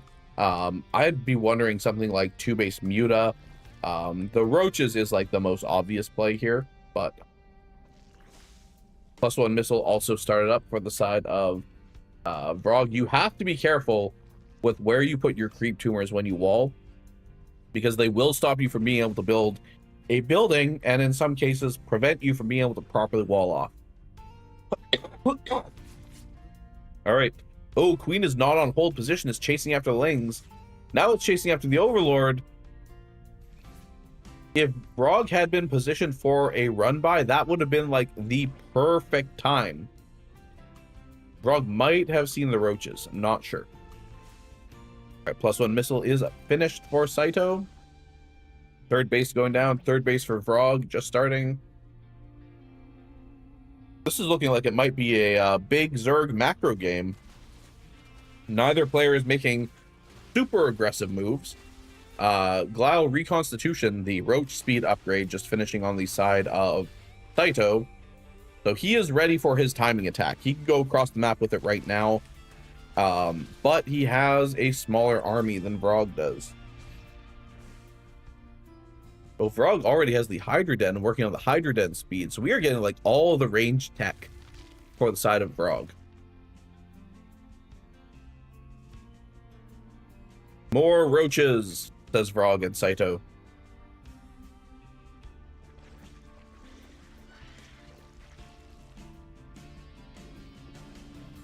We are spreading tons of creep. Well, not tons, but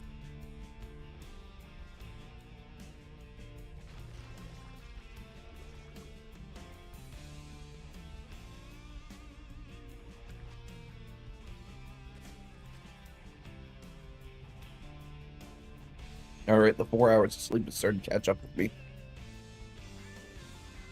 All right, Saito's and Vrog's third bases are up. Armies are moved out, kind of just around the edges of each other. We did get some good biles, take out an Overseer. Also, our awesome Team Devoid and Team Amateur League logos. Or not Team Amateur League, but Amateur League Tournament logos. All right. Oh, right into the roaches. Just on move command. Bunch of roaches get picked off.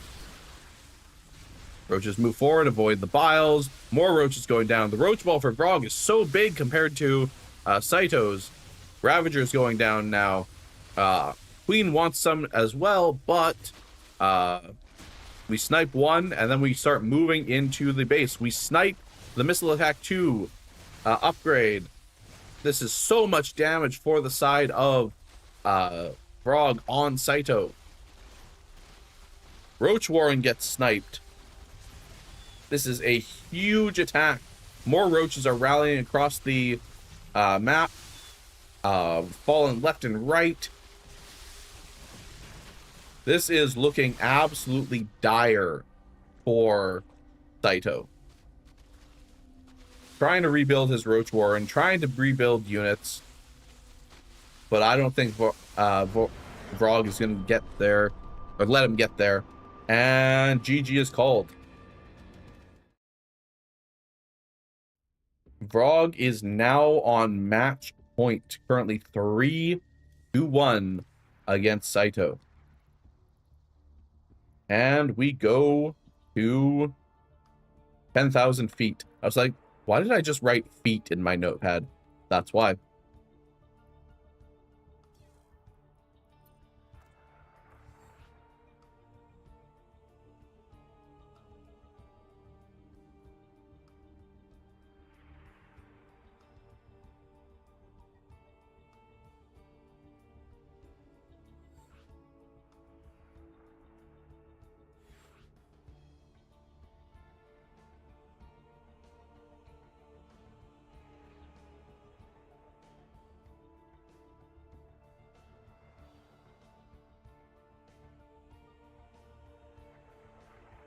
But we need to move Vrog up.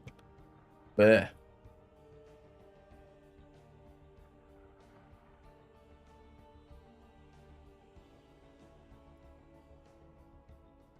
Saito says ready.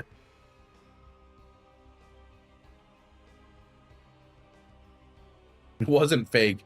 I just needed larva.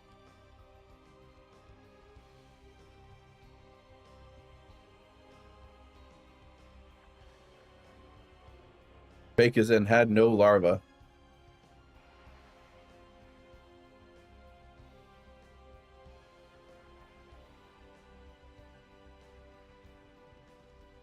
All right. Oh.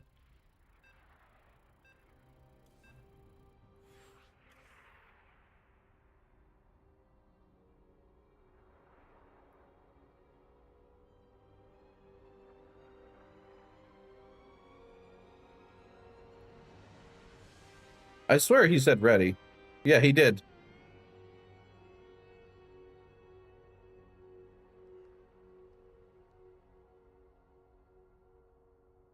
Okay, I'm not crazy.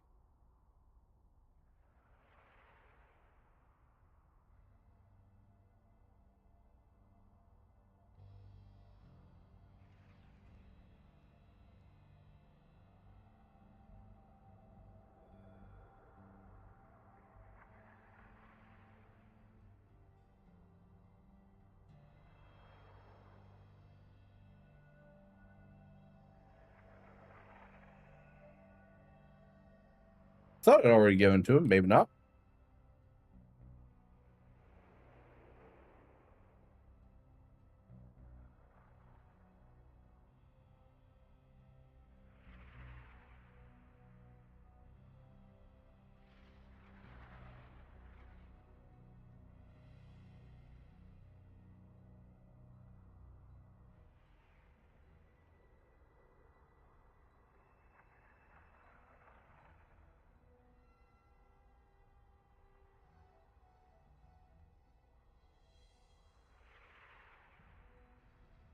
I don't think I've set up that you need to subscribe to watch my VODs.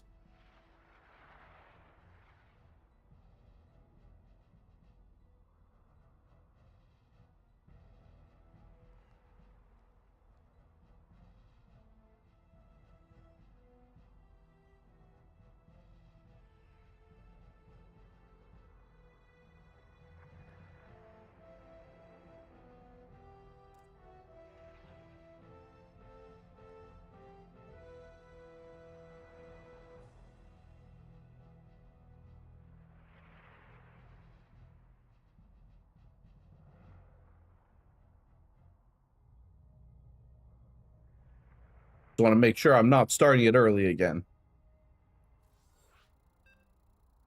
All right, here we go. Slight delay, but we're getting into it. 10,000 feet.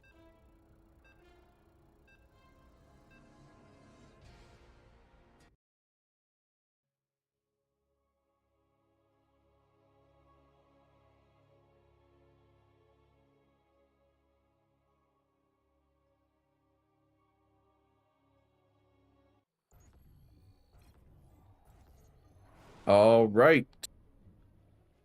Best of 7. In the bottom corner, green Zerg drones, we have Saito. And in the top corner with the red Zerg drones, we have Vrog. All right, this is match point for Vrog. If he wins this, he gets all the marbles. Considering I think he was like a last minute addition because people didn't check in, you know, pretty good. And I know he's been pressured. Saito in game 1 pressured him pretty hard. In game number, series 2 against Checo, he was pressured very hard. Oh no. Oh no. We're getting some shenanigans. Some fromage. See what our favorite flavor of cheese is right now. I assume with the gas that this is going to be a Ling Flood. Speedlings. But maybe it's roaches.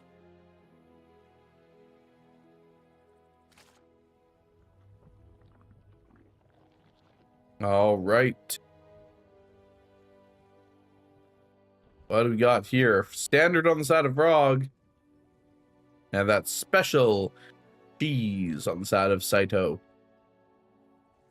Metabolic boost started up. Means we're going to have speedlings out post haste very quickly. Yeah, this is a Ling Flood build. He's just looking to overwhelm Vrog with sheer numbers of Ling.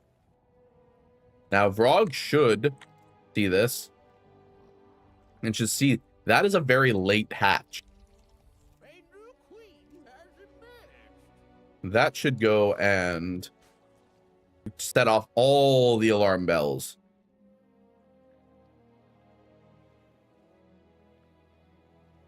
I'd be like building a spine. Yeah, there it is. Maybe even 2 spines, honestly. Metabolic boost just starts up on the side of Vrog. Just blocking his ramp. Just smart. There is a queen. You need to get that queen somewhere it cannot easily be surrounded. Good positioning. All right. And now we just have so many more Lings. The metabolic boost actually kind of saved Saito there because he has so many more Lings. He's overbuilt Lings, I guess. Vrog only has 18 workers on 2 bases. Uh-oh. The wraparound. Almost. That was almost very bad for Saito. Saito's going to try and get in, but the queens are hold positioning on the ramp. It is a perfect defense from Vrog. Saito got nothing done with this attack so far. Maybe he can try to snipe a queen, but for the cost he's paying... Oh, no, he doesn't get the queen. Gets it, finally. But for all his Lings. If I'm Vrog, I'm running these Lings across the map now. Metabolic boost just finished. Saito probably has nothing or not very much at home.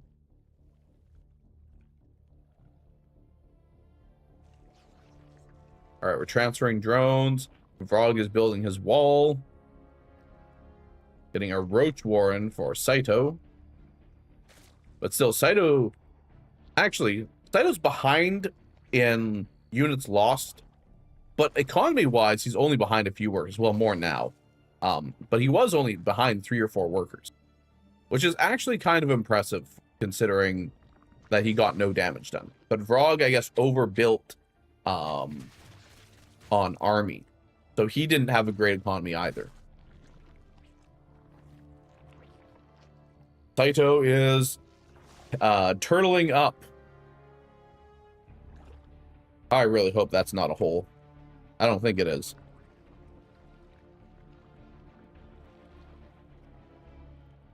The queen with more energy is actually in the wall, which is not good. You need to get that other queen to hold position behind it. Just in case. Yep, good move. They're trying to snipe the Roach Warren. Another queen pops, or got brought down. Nope, popped. So Lings alone are not going to be able to get through this wall.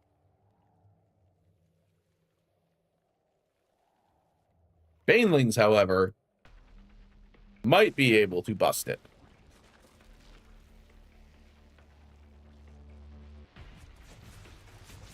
Yeah, 2 spines, a couple of scouting lings. All right, we cancel the Banes. And we start looking around a little bit more.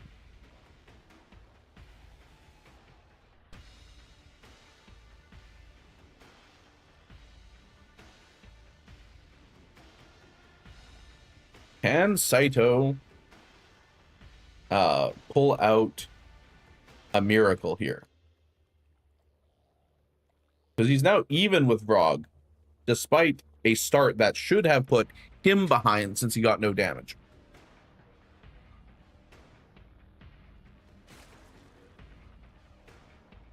All right, roaches are starting to pop from the side of Saito. Third base goes down for Vrog. Vrog is watching to see if Saito expands at all.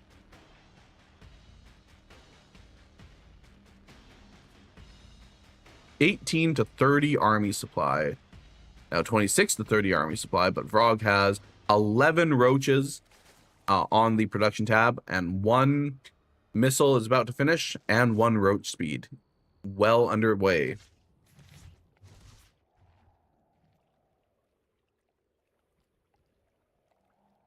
Now Saito sees these lings and stuff here, wants to clear them out. Shows his roaches to Vrog. And Vrog has way more roaches. If Vrog can keep him on 3 bases, then this is going to be a win for him.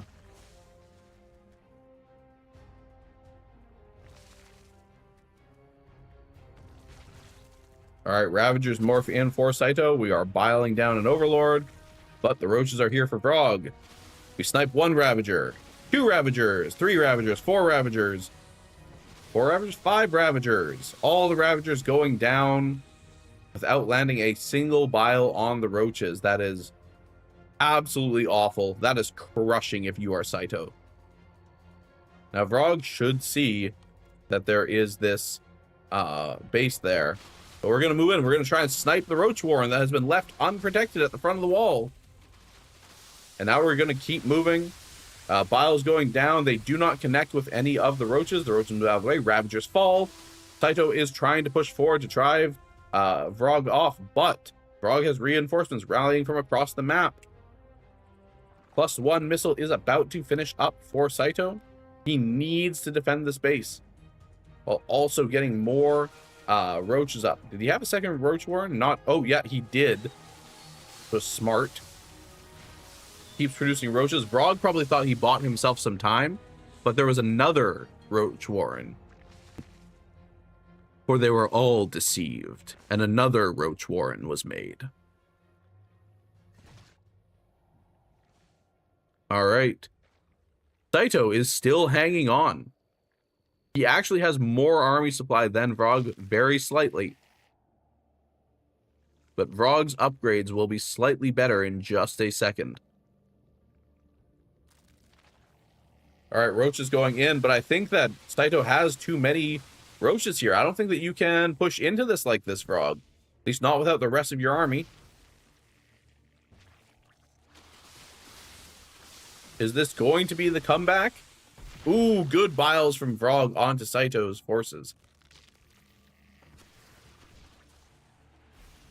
Oh, we are biling the Overlord.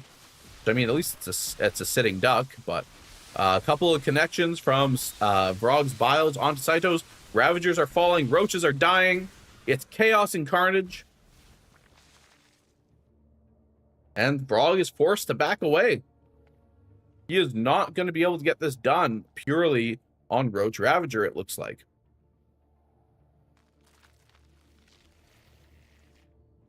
So what is the answer? We have a Lurker Den. We have Hydras. Got 11 more Roaches on the production tab.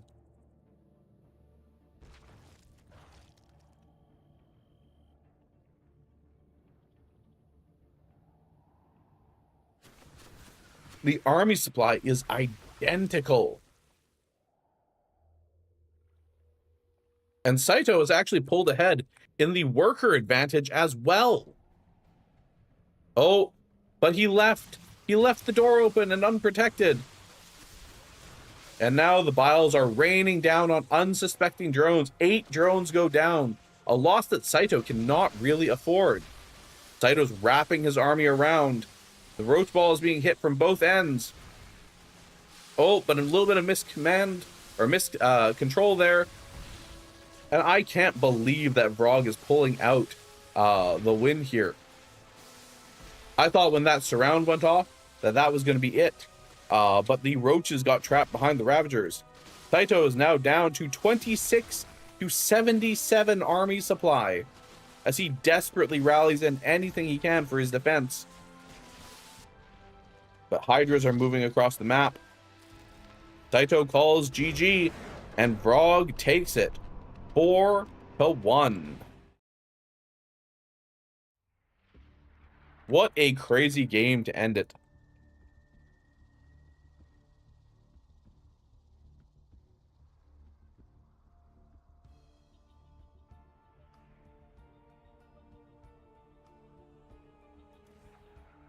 And I know that if you're Saito, placing second in a major or the grand finals is just absolutely awful. It feels so bad when you get all the way up there and you place second. But he played really well. Vrog just played a little bit better.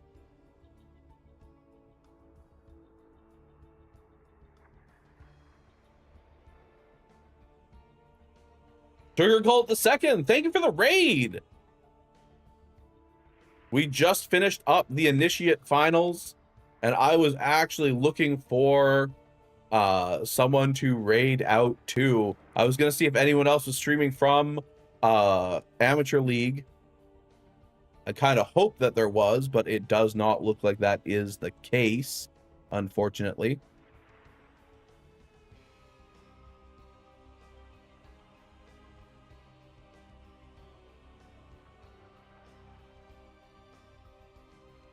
But how was your stream, brother? You have a good one? Were you playing in the tournament today, or just streaming and stream your POV, or were you casting too?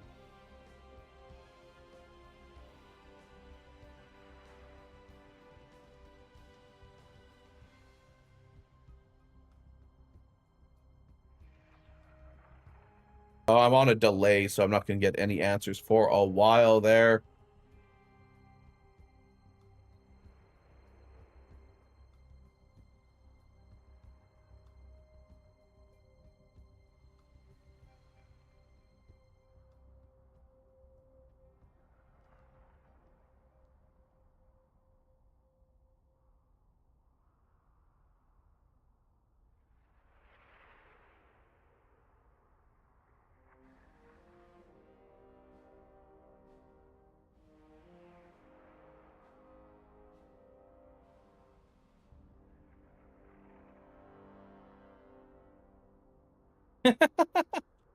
All right, I think we're gonna raid out to Nox Platform, who is also streaming, and I think he plays in amateur league sometimes and other tournaments. I recognize the name, so I think that's gonna be the target of our raid.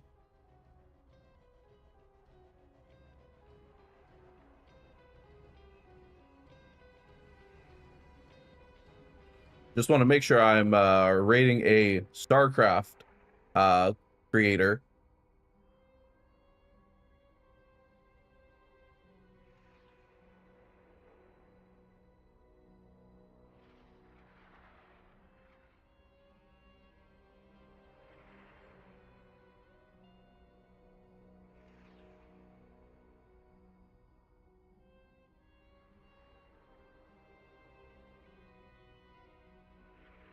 Empress Lily.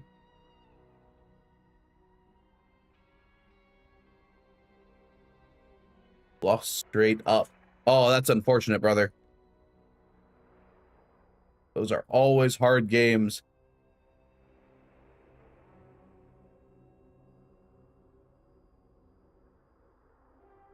Yeah, let's go and raid Empress Lily, I think. That'll be a good one.